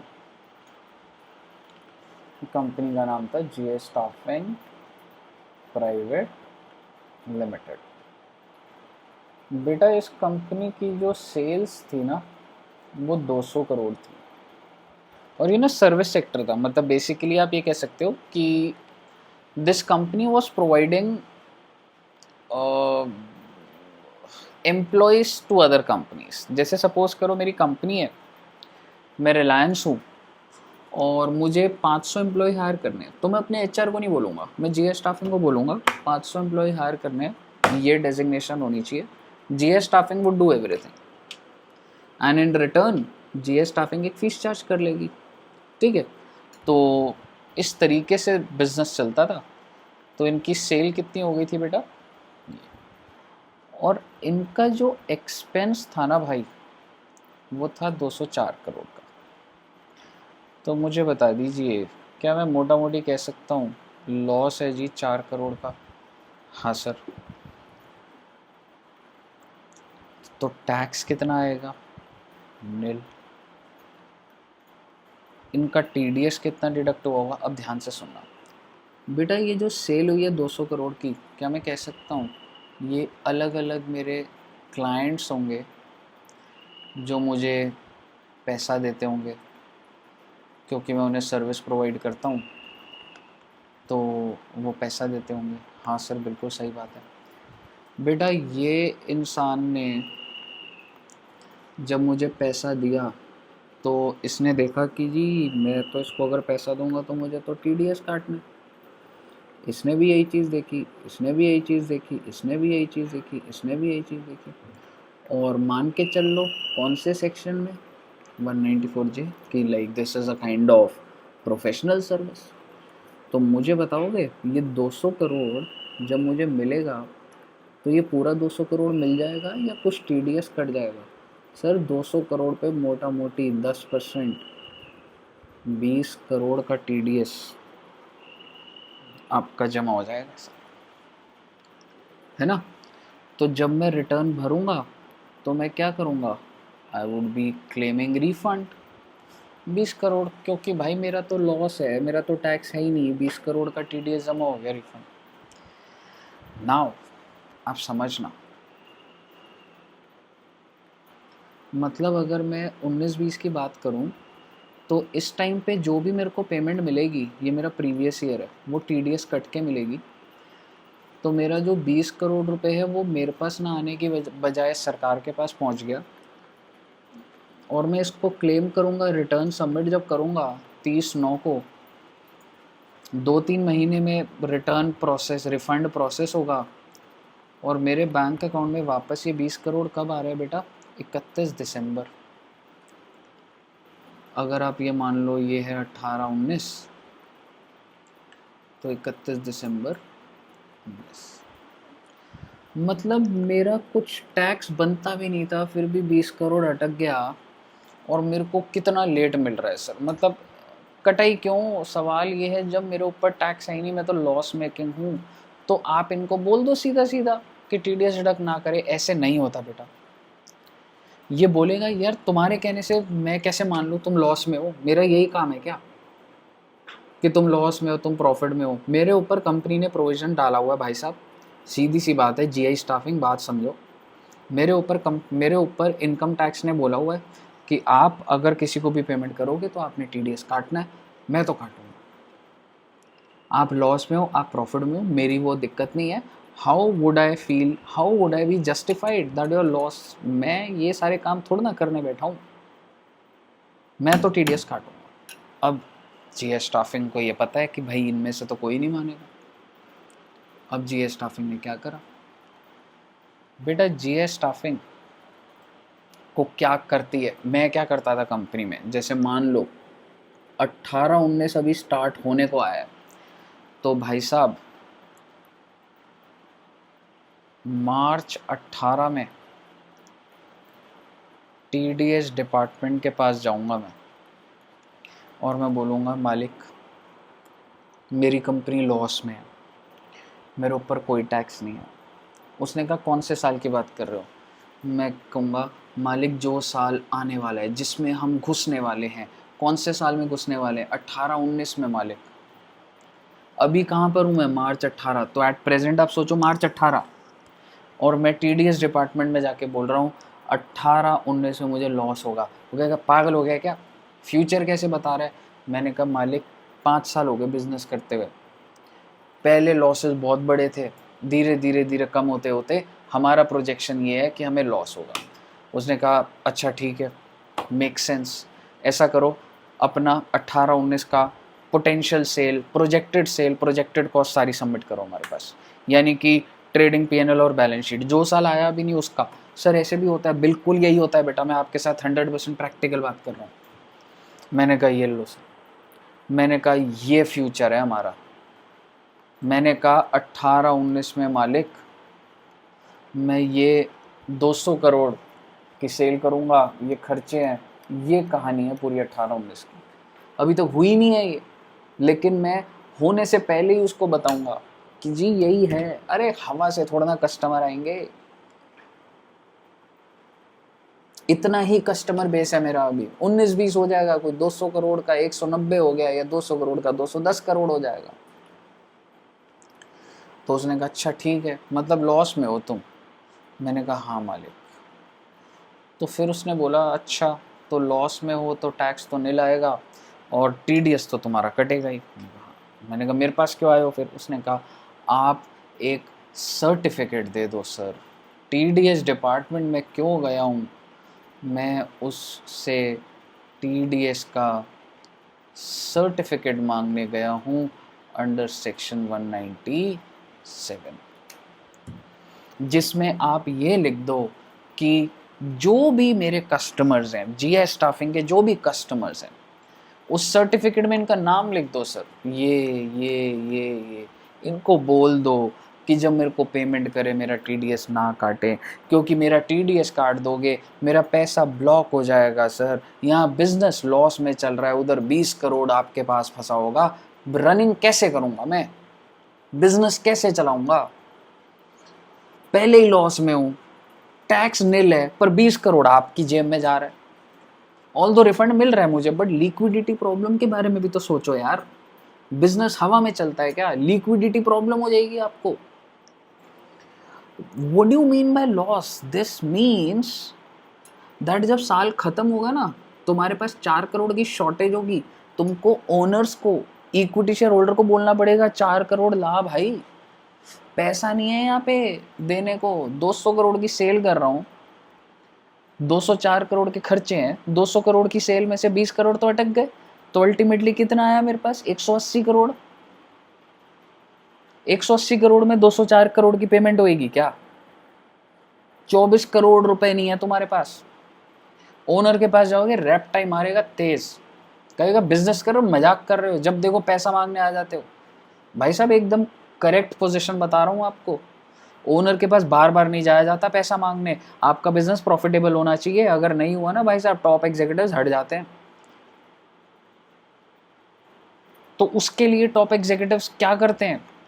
अपने सीए को बोलते हैं कि भाई ये सर्टिफिकेट दिला यार 20 करोड़ रुपए, ताकि अटके ना यार। इसलिए आप देखोगे टीडीएस डिपार्टमेंट में ये जो मार्च का महीना है ना, हर साल इसमें सबकी 197 की रिक्वेस्ट आई होती है कि भाई साहब लॉस में हैं, टीडीएस सर्टिफिकेट इशू कर दो और उस पर अपना बढ़िया सा साइन कर दो और बोल दो कि हमारे ऊपर कोई टीडीएस ना कर दो। समझ रहे हो what do you mean bye 197 certificate? Yes.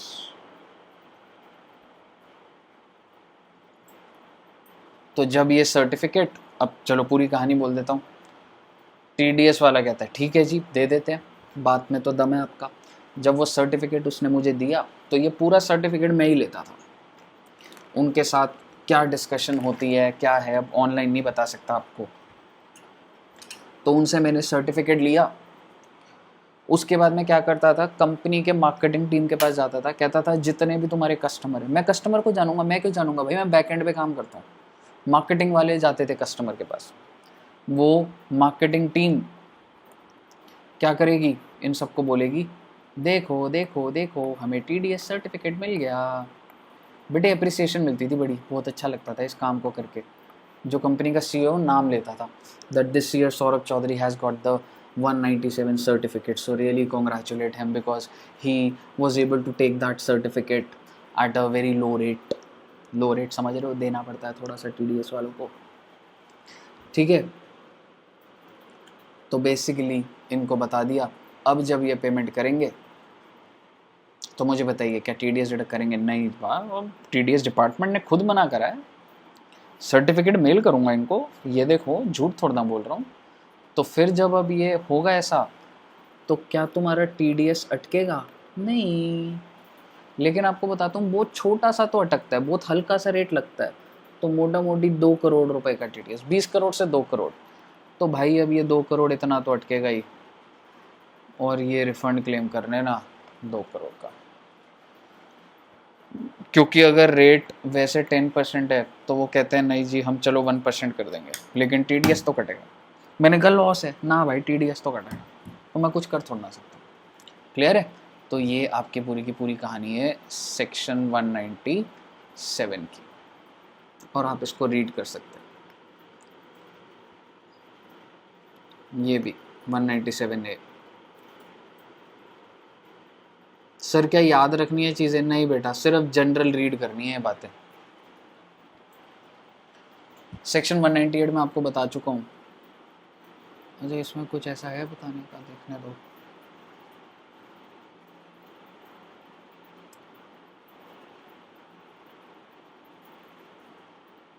कुछ नहीं, इतना ज़्यादा ना डिटेल जाने की ज़रूरत भी नहीं है इसमें।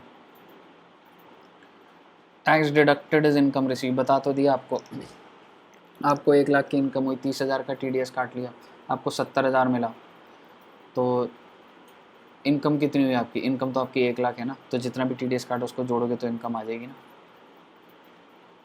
क्रेडिट, जब रिटर्न भरोगे तो जितना भी टीडीएस है उसका क्रेडिट आपको मिल जाएगा।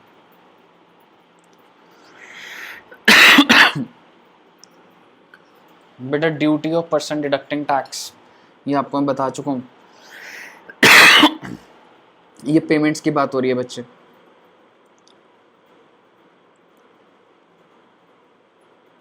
ऑन और बिफोर ऐसा करता है। अभी मैं पॉज नहीं कर रहा वरना फिर वीडियो में प्रॉब्लम आ जाती है। मैं 2 मिनट में आ रहा हूँ बेटा।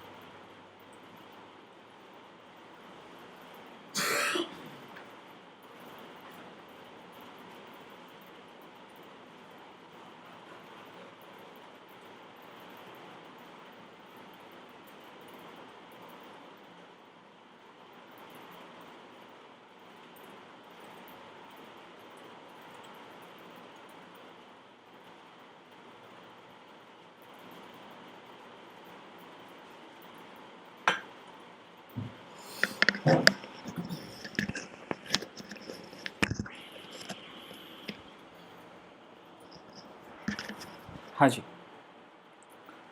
तो इसके अंदर क्या है बेटा, बेसिक रीड करना है। इसमें बेसिकली वो क्या बोल रहा है कि आपको जो भी पेमेंट करनी है, all the sum deducted other than government. याद करो जब मैंने आपको पेमेंट का बताया था तो मैंने गवर्नमेंट और अदर देन गवर्नमेंट बताया था। तो अदर देन गवर्नमेंट के अंदर क्या है, 30 अप्रैल मार्च का, और बाकी के केस में 7 डेज।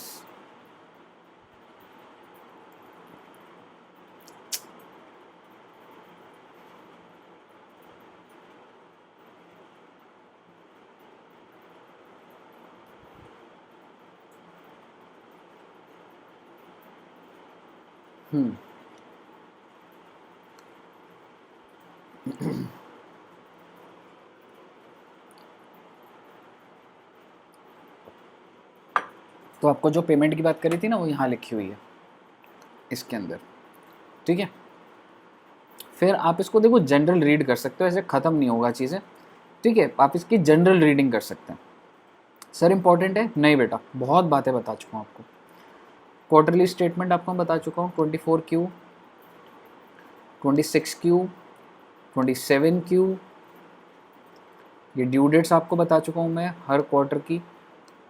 आखिरी वाले की ज़्यादा होती थी 31 में। देन 194 IB करा था तो उसके अंदर आपको 26Q भी दिखा था, ठीक है। तो बेसिकली 194 अगर मैं बोलूँ IA के लिए है बेटा QB, और IB के लिए क्या है 26QC है, ये 26QC है, ये 2QC नहीं है 26 है, और दोनों में सेम है विद इन 30 डेज, ठीक है। तो ये भी बात लिख लेना QB के साथ साथ। चलिए मैं लिखवा देता हूँ।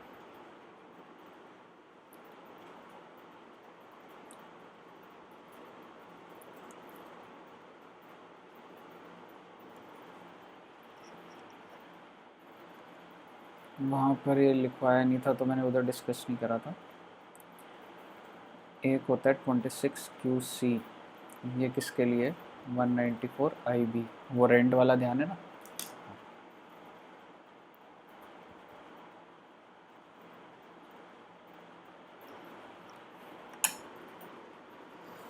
डिडक्ट आपको विद इन 30 डेज ही करना है, सर्टिफिकेट विद इन 15 दिन ही करना है।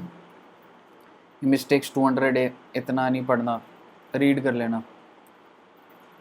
चलिए ये एक इस पॉइंट में कुछ अमेंडमेंट भी आई थी तो मैं डिस्कस करता हूँ। सेक्शन 201 बेटा, मैंने आपको कुछ पेमेंट करनी है और उस पर TDS डिडक्ट करना है, ठीक है। मैंने डिडक्ट नहीं करा, ध्यान से सुनना। मैंने आपको कुछ पेमेंट करनी है और मैंने उस पर TDS डिडक्ट करना है। सर क्यों करनी है भाई, TDS के प्रोविजन लग रहे होंगे, मैं बड़ा बिजनेसमैन हूँ, मैं कंपनी हूँ, आपको सैलरी दे रहा हूँ, TDS डिडक्ट करना है। मैंने नहीं करा, मुझे क्या बोला जाएगा, assessee in default, assessee in default. दूसरी बात समझना, मैंने आपका पेमेंट करनी है, TDS डिडक्ट करना है, TDS डिडक्ट कर लिया, काम खत्म। नहीं सर TDS डिडक्ट करके पे भी करना होता है। बेटा मैंने TDS डिडक्ट तो कर लिया लेकिन पे नहीं करा, मतलब आपका भी पैसा रोक लिया और वहाँ पे पेमेंट भी नहीं करी गवर्नमेंट को, मुझे क्या बोला जाएगा, असेसी इन डिफ़ॉल्ट। तो चाहे तो पेमेंट में डिफ़ॉल्ट हो या अगर डिडक्शन में भी डिफ़ॉल्ट हो तो मुझे क्या बोला जाएगा, असेसिंग डिफ़ॉल्ट। लेकिन मैं असेसिंग डिफ़ॉल्ट बनने से बच सकता हूँ। कैसे? मान लो मैंने आपको कुछ पेमेंट कर दी, टीडीएस नहीं काटा, भूल गया मैं, ठीक है। तो अगर मैं ये श्योरिटी ले लूँ कि आपने उस इनकम को अपनी रिटर्न में दिखाया और उस इनकम के ऊपर आपने टैक्स जमा कर दिया, यानी कि गवर्नमेंट को कोई भी नुकसान नहीं हुआ है, तो मैं असेसिंग डिफ़ॉल्ट होने से बच जाऊंगा। तो यही बोल रहे नॉन एप्लीकेबिलिटी, यानी कि आप बच जाओगे इससे। इफ़ पेई कौन, आपको, मैं पेयर हूँ, आप पेई हो, has furnished the return of income, has taken into accounts such sum for computing income, उसने उसको इनकम दिखाया और उसके ऊपर उसने टैक्स पे करा है। एक इंपॉर्टेंट बात, एंड द पेयर कौन हूँ मैं, furnishes a certificate to this effect from an accountant. Chartered accountant से मुझे एक सर्टिफिकेट लेना पड़ेगा कि देखो भाई मेरे से गलती हुई थी, लेकिन देखो मैंने जिस इंसान को पेमेंट करी थी, टीडीएस नहीं काटा था, उसने अपनी इनकम भी दिखा दी, उस पर पे भी कर दिया, तो आप एक सर्टिफिकेट दे दो कि हाँ मेरे से डिफॉल्ट नहीं हुआ, तो वो दे देगा, तो मैं बच जाऊंगा सर। ठीक है, अब मेरी बात समझना, ये बच रहा है और इसके अलावा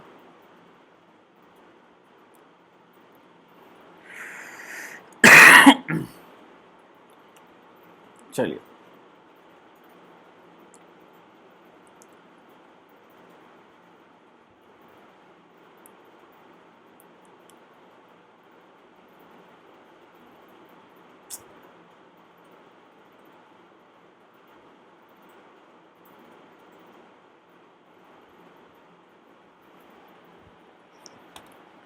बच्चे, मैंने आपको स्टार्टिंग में ही बताया था कि जो इंसान डिडक्टर होता है, ये ऐसे क्यों चल रहा है यार आज।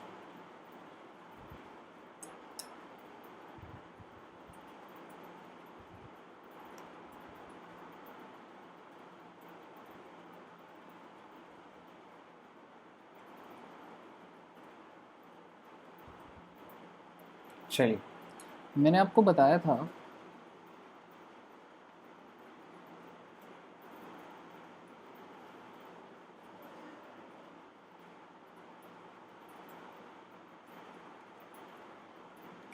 कि जो भी इंसान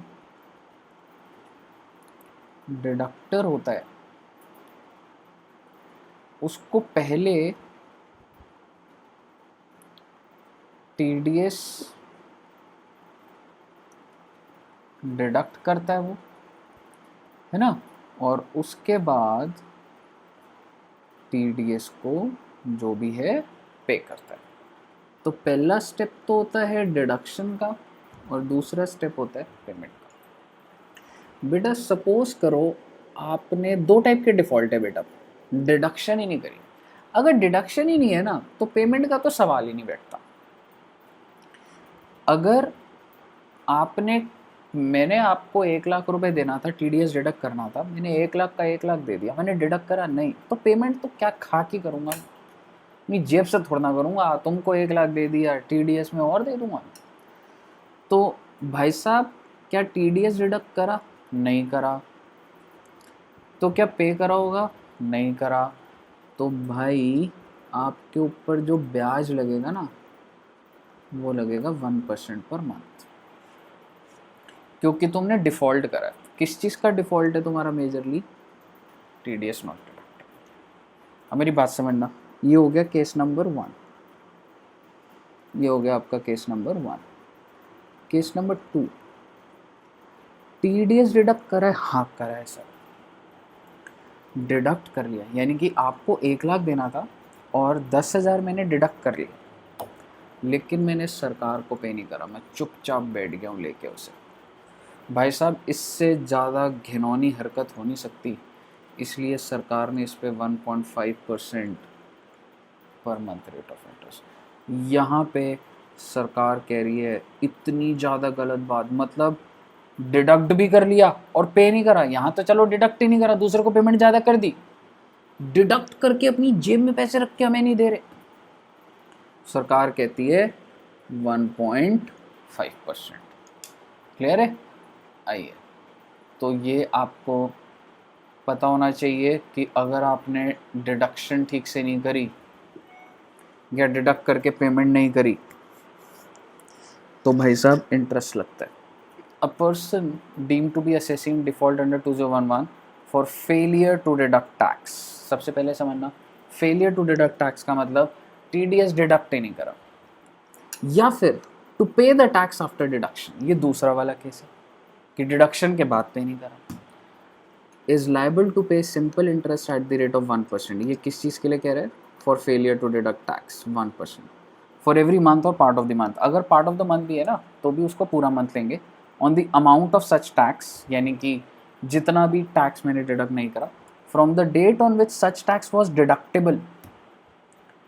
डिडक्टेबल मतलब कब डिडक्ट हो जाना चाहिए था, to the date on which it was actually deducted.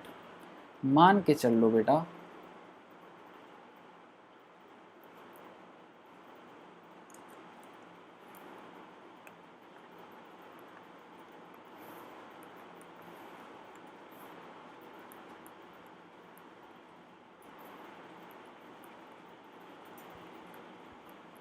Sir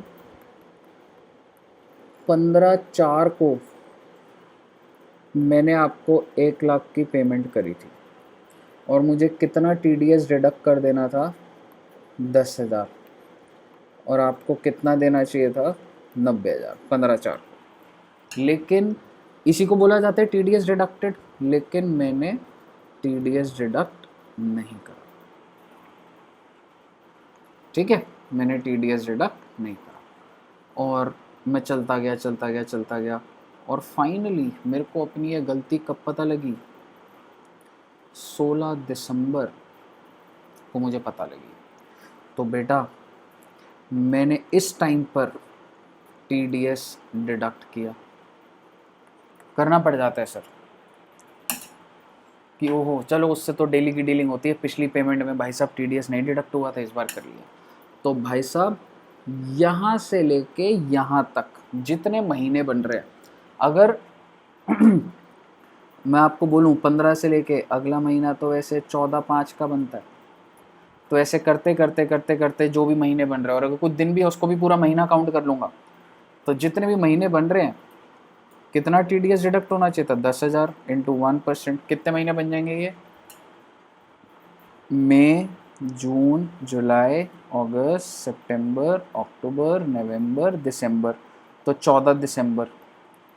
तो कितना हो गया? मई, जून, जुलाई, अगस्त, सितंबर, अक्टूबर, नवंबर, दिसंबर। 1 2 3 4 5 6 7 8 और कुछ दिन, तो 9 महीने भाई साहब, 9 मंथ्स। 9% हो गया मोटा मोटी। 9% का मतलब हो गया 900 रुपये का ब्याज। समझ रहे हो? लैंग्वेज रीड कराता हूँ दोबारा से। 1% फॉर एवरी मंथ और part of the month on the amount of such tax from the date on which tax was deductible. Deductible मतलब जब हो जाना चाहिए था, to the date on which such tax was actually deducted. और ये वाला कौन सा है सर? पेमेंट लेट हो रही है। अगर डिडक्ट तो कर लिया बट पेमेंट लेट हो रही है तो क्या होगा? डिडक्शन तो हो गई है टाइम पे, पेमेंट लेट कर दी, तो 1.5% फॉर एवरी मंथ और part of the month on which tax was deducted to the date on which such tax is actually paid. यानी कि सपोज करो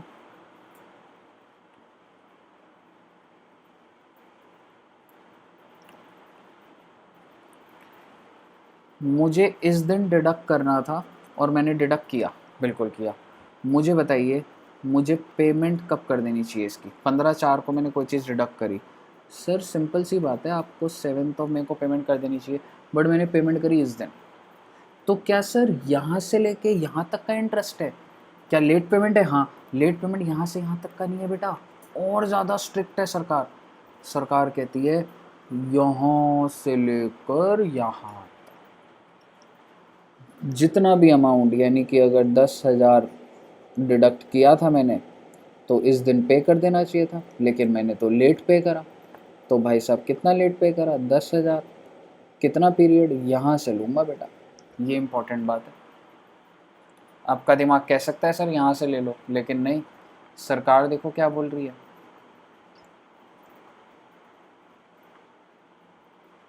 फॉर एवरी मंथ और part of the month from the date on which tax was deducted, not the due date, till the date actually paid.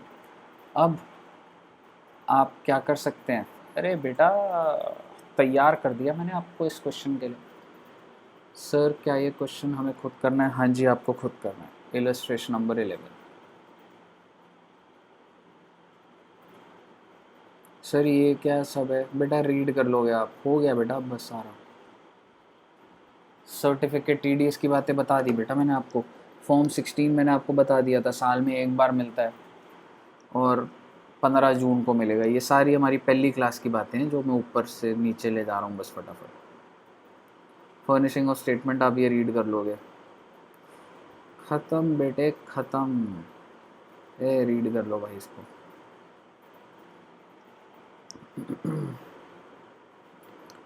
To 206 है sir, ये क्या है बेटा? ये बोलता है हर बैंक को, अगर बैंक किसी को भी इंटरेस्ट दे रहा है, जैसे मुझे इंटरेस्ट दे रहा है, और अगर वो 40,000 से कम है, तो बैंक को ये इन्फॉर्मेशन कि जी हमारे पास ये अकाउंट है, इसका 40,000 से कम इंटरेस्ट है, तो ये डिटेल इनकम टैक्स अथॉरिटी को सबमिट करनी पड़ेगी। If they are payable to a resident in it is not exceeding 40,000 or 5,000 in any other case, and such income is by way of interest। तो आपको ये detail सरकार को देनी पड़ेगी। सर टीडीएस तो नहीं काटना पड़ेगा? नहीं बेटा, टीडीएस नहीं काटेगी, बट गवर्नमेंट क्या कह रही है बैंक को, ऐसे केसेस हमें ज़रा बताते रहना कि जिसका इंटरेस्ट 40,000 से कम हो। ठीक है। Mandatory requirement to furnish PAN, बेटा 206AA ये एक इम्पॉर्टेंट सेक्शन है। ये कंपलसरी करता है कि भाई साहब आपको अपना पैन नंबर देना ही देना है। अगर आप कल को जॉब करोगे, आपसे आपका एम्प्लॉयर कह रहा है पैन नंबर दो, टीडीएस काटना, आप कह रहे हैं हम नहीं दे रहे, तो भाई साहब ऐसे नहीं है, 206AA के अंदर आपको देना ही देना है। डिडक्टी को अपना पैन नंबर प्रोवाइड करना ही करना है। अगर वो पैन नंबर प्रोवाइड नहीं करेगा तो क्या होगा sir? furnish the PAN to the deductor, basically क्या है, shall mandatorily furnishes PAN to the deductor, failing which deductor, अगर आपने नहीं दिया तो क्या होगा, deductor shall deduct tax at source at higher of the following rate prescribed in the act, या फिर rates and force जो भी फाइनेंस एक्ट में, या फिर 20%। अगर आप अपना पैन नंबर प्रोवाइड नहीं करोगे तो डिडक्टर इन तीन में से जो भी हायर है वो ले लेगा। एक्ट में जो रेट लिखा है टीडीएस का, या फाइनेंस एक्ट के अंदर अगर कोई रेट लिखा हुआ है, या फिर 20% विच एवर इज़ हायर। जैसे सपोज करो आप एक कॉन्ट्रैक्टर हो, मैं आपको पेमेंट कर रहा हूँ, मुझे आपका पैन नंबर चाहिए टीडीएस के लिए, आपने मुझे नहीं दिया, ठीक है, तो वैसे तो आपका 1% टीडीएस कटना था, बट भाई तुमने नहीं दिया, तो प्रिस्क्राइब्ड इन द एक्ट कितना है, 1%। इसको छोड़ दो रेट इन फोर्स, और दूसरा रेट क्या हो जाएगा, 20%। तो 20% पे टीडीएस काट दूंगा तुम्हारा। दूसरी बात, तुम लॉटरी जीते, तुम पैन नंबर नहीं दे रहे, तो लॉटरी में कितना रेट है, 30% या 20, तो 20 कर दूँ क्या? नहीं sir, whichever is higher, इसमें क्या आ जाएगा, 30%। ख़त्म। एडवांस पेमेंट आ गया। तो सर ये हो गया आपका सारा का सारा।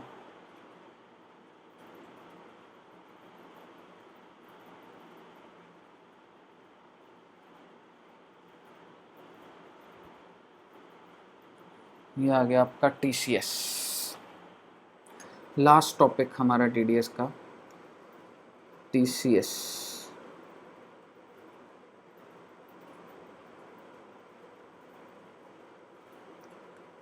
इसको मैं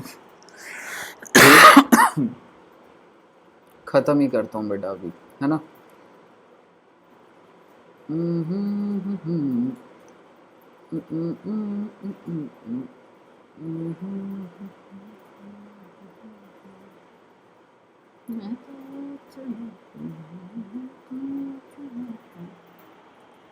बच्चे समझना बात, कॉन्सेप्ट देना बस आपको, कुछ इतना खास नहीं है इसमें।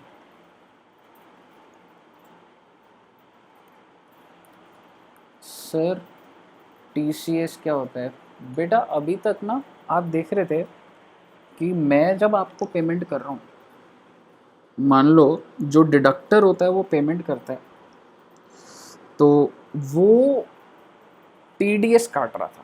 अब कहानी दूसरी है बेटा, अब समझना। मैं आपको अपना एग्जांपल दे रहा हूँ। सर मैंने ना गाड़ी खरीदी थी, कहाँ से खरीदी थी? Samara Honda. समारा होंडा से गाड़ी खरीदी है।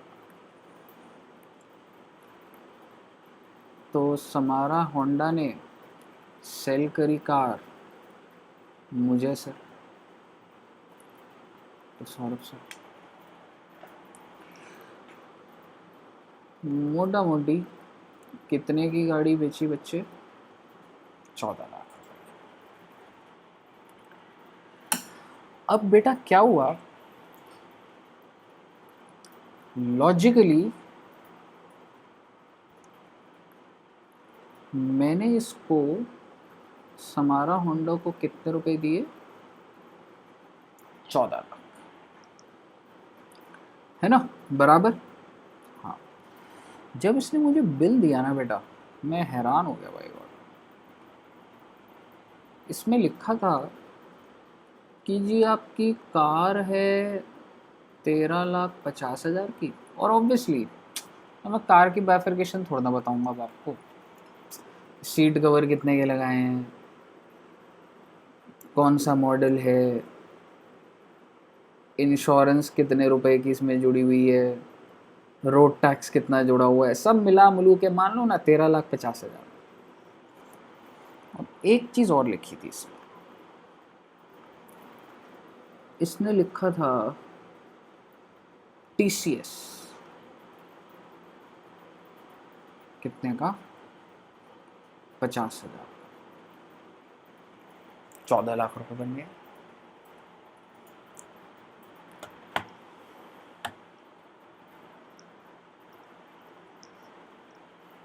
समझ रहे हो?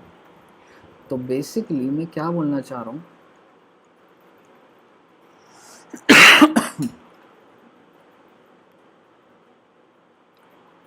ये है एक सेलर,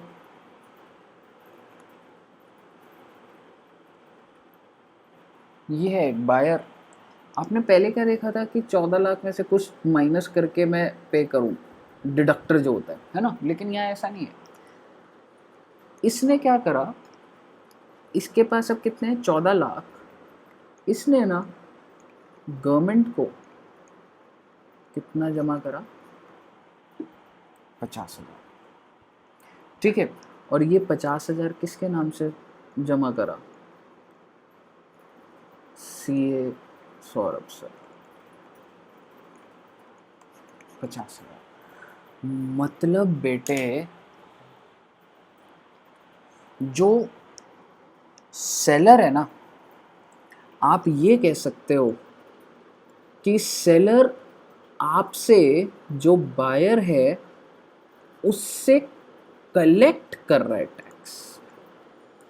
किसकी इनकम पे? अब सौरभ की ही इनकम पे। तो जब समारा होंडा इसको पे करेगा ना, जब इसको पे करेगा तो भाई साहब ये किस नाम से पे करेगा कि ये सौरभ के नाम का टैक्स जमा हो रखा है। यानी कि कल को जब मैं इसकी रिटर्न भरूंगा, जब सौरभ सर अपनी रिटर्न भरेंगे, अपनी इनकम दिखाएंगे, क्या उनको टीसीएस का क्रेडिट मिल जाएगा? हाँ बेटे हाँ। यानी कि समारा होंडा क्या कह रहा है? समारा होंडा क्या कहता है? गाड़ी बेचता है तो कहता है 13,50,000 की गाड़ी प्लस तुमसे तुम्हारी इनकम, सौरभ तुम्हारी जो इनकम है उस पर कुछ टैक्स कलेक्ट करूंगा मैं। I am collecting the tax from. इससे पहले ऐसे नहीं होता था बच्चे। यानी कि समारा होंडा ने मेरे से मेरी ही इनकम पे, सर कौन सी इनकम में, कोई भी कमा रहा हूँ, मेरी ही इनकम पे टैक्स कलेक्ट किया, इसको पे किया, और ये TCS मेरी, जब मैं अपनी रिटर्न भरूंगा तो मुझे इसका क्रेडिट मिल जाएगा। सर कौन सी इनकम, चाहे मैं कोई भी दिखाऊं। बेसिकली आप इसके पीछे अब इंटेंशन समझो, गवर्नमेंट क्या चाहती है। गवर्नमेंट चाहती है कि देखो जी, सौरभ सर जैसे ऐसे हजारों लोग गाड़ी खरीदेंगे, तो ये जो बायर है ना, ये अनऑर्गेनाइज्ड है, छोटा इंसान है, लेकिन बड़ी बड़ी ट्रांजैक्शन कर रहा है। छोटा इंसान है, बड़ी बड़ी ट्रांजैक्शन कर रहा है। और ये क्या है, ऑर्गेनाइज्ड है, समारा होंडा। तो क्यों ना इनके ऊपर एक और कंप्लायंस लगाए TCS के नाम पर। इससे क्या होगा, जब समारा होंडा बताएगी कि भैया 50,000 सौरभ के नाम से जमा हुआ है, तो इनकम टैक्स वालों को नॉलेज मिल जाएगी कि हाँ भाई गाड़ी खरीदी है भाई ने। आप समझ रहे हो। यानी कि कल को अगर आप मर्सिडीज खरीदो और आप सोच रहे हो मैंने तो मर्सिडीज समारा से खरीदी है, मैंने तो समारा से खरीदी है मर्सिडीज, सरकार को कहाँ पता। बेटे बिल ध्यान से देखो, उस पे TCS लगा हुआ होगा और समारा ने वो TCS पे करा होगा। गवर्नमेंट को डिटेल चली गई बेटे, चली गई है। तो सर ये तो बड़ी गड़बड़ वाली बात है। इसीलिए मैंने क्या करा, मैंने ये जो गाड़ी खरीदी है ना, अगर मैं ऐसा करता तो सरकार को पता लग जाता कि मैंने गाड़ी खरीदी है। मैंने क्या करा, मैं बायर ही नहीं बना। गाड़ी का मालिक मैं नहीं हूँ बेटा, गाड़ी की मालिक बन गई है जागृति मैम। मैंने जागृति मैम को आगे कर दी। तो बेसिकली समारा ने जब बिल दिया 13, 50 और 50,000 का, तो ये जो 50,000 है ये जागृति मैम ने ये 14 लाख दिए, और 50,000 का जो TCS है ये जागृति मैम के नाम पे कटा है। सरकार को मेरा नाम कहीं नहीं मिला सर।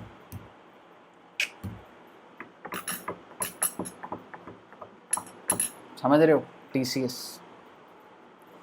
बेसिकली, अब मैं लैंग्वेज टेक्निकल बोलता हूँ, TCS is tax collected at source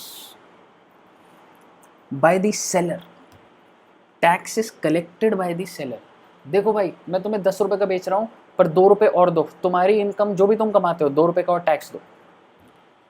आप समझ रहे हो। मैं तुम्हें कुछ भी बेच रहा हूँ 10 रुपए का, लेकिन तुमसे 11 रुपए लूंगा मैं।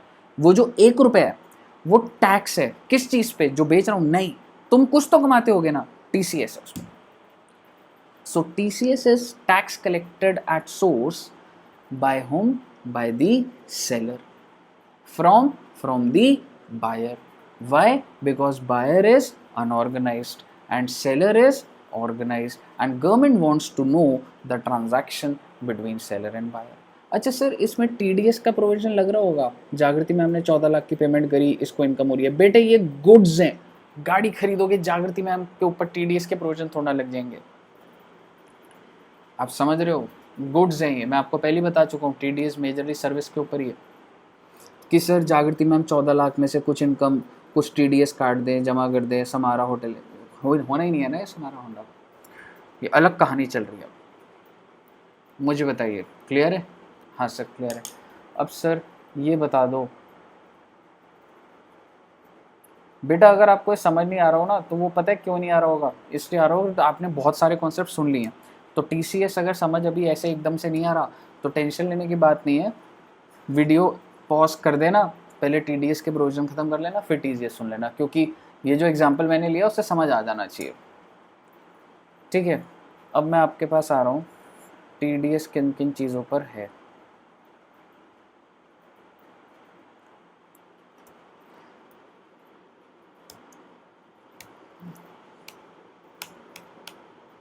आइए 206C, देखो क्या लिख रहा है।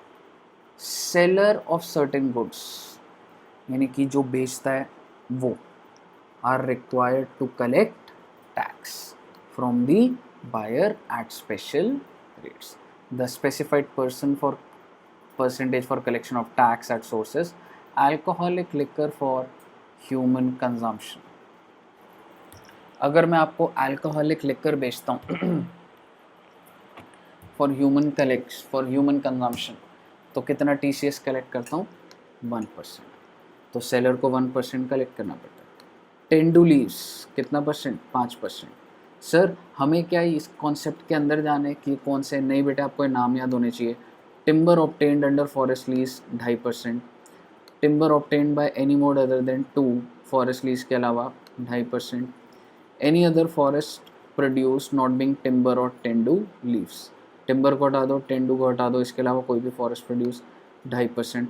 स्क्रैप कबाड़ का सामान सारा का सारा TCS लगता है 1%. यानी कि जब एक कंपनी एक कबाड़ी वाले को बुलाती है, एक कंपनी है वो कबाड़ी वाले को बुलाती है, कबाड़ी वाले को बहुत सारा सामान देती है, 5 करोड़ का कबाड़ देती है. मुझे बताइए कबाड़ी वाला ऑर्गेनाइज हो सकता है क्या? कम चांसेस है. तो कंपनी कौन है? कंपनी ऑर्गेनाइज्ड है, कंपनी सेलर है. कंपनी कहेगी देखो कबाड़ी वाले तुम मुझे 5 करोड़ दो, पर साथ ही साथ तुम 1% और दो मुझे in the name of TCS. क्यों? बिकॉज आप जो स्क्रैप डील करते हैं उनको स्ट्रक्चर्ड नहीं मानते इंडिया में. मिनरल्स बीइंग कोल, लिग्नाइट, आयरन ओर, अगर आप ये बेचोगे तो 1%. क्लियर है? सर ये तो मेजरली गुड्स हुए. हाँ बेटा, हाँ गुड्स हुए. क्या सर्विसेज पे भी TCS है? हाँ बेटा. Every person who grant a lease और a license to enter into contract transfer right in any parking lot. अगर मैं एक सेलर हूँ और मैं आपको पार्किंग लॉट देता हूँ, सर मालवीय नगर का पार्किंग लॉट सारा का सारा आपको दे रहा हूँ. पार्किंग वाला जो बायर आया है वो बड़ा अनऑर्गेनाइज्ड है, तो मैं अगर उसको दे रहा हूँ, ठीक है, तो मैं क्या बोलूँगा? देख भाई तेरे को 10 करोड़ में पार्किंग लॉट दे रहा हूँ और 20 लाख रुपए का TCS भी है. तो रेट तो देखेंगे, रेट आपको वैसे यहाँ पे लिखा होगा 2%. ठीक है, या फिर टोल प्लाजा या फिर माइन और क्वेरी. सर ये नाम याद रखने, बिल्कुल याद रखने बेटा. गुड्स के भी नाम याद रखने, इसका भी नाम याद रखने. Every person being a seller, ये जो मैंने आपको एग्जांपल लिया था, who receives any amount as consideration for sale of motor vehicle of a value exceeding 10 lakhs. Sir अगर आप गाड़ी लेते हो सेंट्रो तो वो 5 लाख की आती है, क्या तो भी TCS लगेगा? नहीं. लेकिन अगर आप 10 लाख से ऊपर की गाड़ी लोगे तो लगेगा. Shall at the time of receipt of such amount collect tax from the buyer 1% of the sale consideration. मतलब अगर मैं 13,50,000 की गाड़ी बेच रहा हूँ, मैं समारा होंडा हूँ 13,50, तो 1% कितना हो गया? 13,500 मेरे को TCS लेना था आपसे. और इसी बात पर आपका ये सारा का सारा समाप्त हुआ सर. TCS भी आपका डन हुआ. बहुत बहुत मुबारक आप बच्चों को. पेज नंबर 1 से पढ़ डालो, ख़त्म कर डालो. सर छोटी छोटी बातें एक दो. सर TCS के अंदर भी टैन नंबर लेना पड़ता है? हाँ बेटा लेना पड़ता है. सर इसकी पेमेंट कैसे होती है? सेम बेटा मंथली पेमेंट जो सिस्टम बताया. सर इसके रिटर्न कैसे? सेम बेटा क्वार्टरली. सर इसमें भी TCS सर्टिफिकेट होता है? हाँ बेटा सेम. सारी बातें सेम जो TDS में चल रही हैं. तो जहाँ भी आपको TCS के बारे में और बातें मिलेंगी ना, कि पेमेंट कैसे हो रही है, मंथली पेमेंट वही अप्रैल टू फरवरी 7th और मार्च वाली 30th अप्रैल, सारी बातें वही हैं बेटा, सारी बातें वही हैं. क्लियर है? तो आपको अगर TCS के बारे में 1-2 पेजेस और मिल जाए, उसको रीड कर लो, आप ऑलरेडी उन चीज़ों को समझ चुके हैं. तो इसी बात पर बहुत बहुत भारी भोज उतरा है आज. TDS का बहुत ही बड़ा चैप्टर था. तो अब सारे बच्चे, TDS मैंने आपको करवा दिया है, सारे बच्चे इसको अच्छे से पढ़ लेना. नेक्स्ट वीक आपका टेस्ट होगा, फिर समझ रहे हो? तो नेक्स्ट वीक में आपका जब टेस्ट होगा तो फिर देखेंगे किसकी कैसी प्रिपरेशन है. तो अभी के लिए तो इजाज़त चाहता हूँ मैं आपसे. बहुत बहुत शुक्रिया वीडियो देखने की. Thank you so much. Bye bye.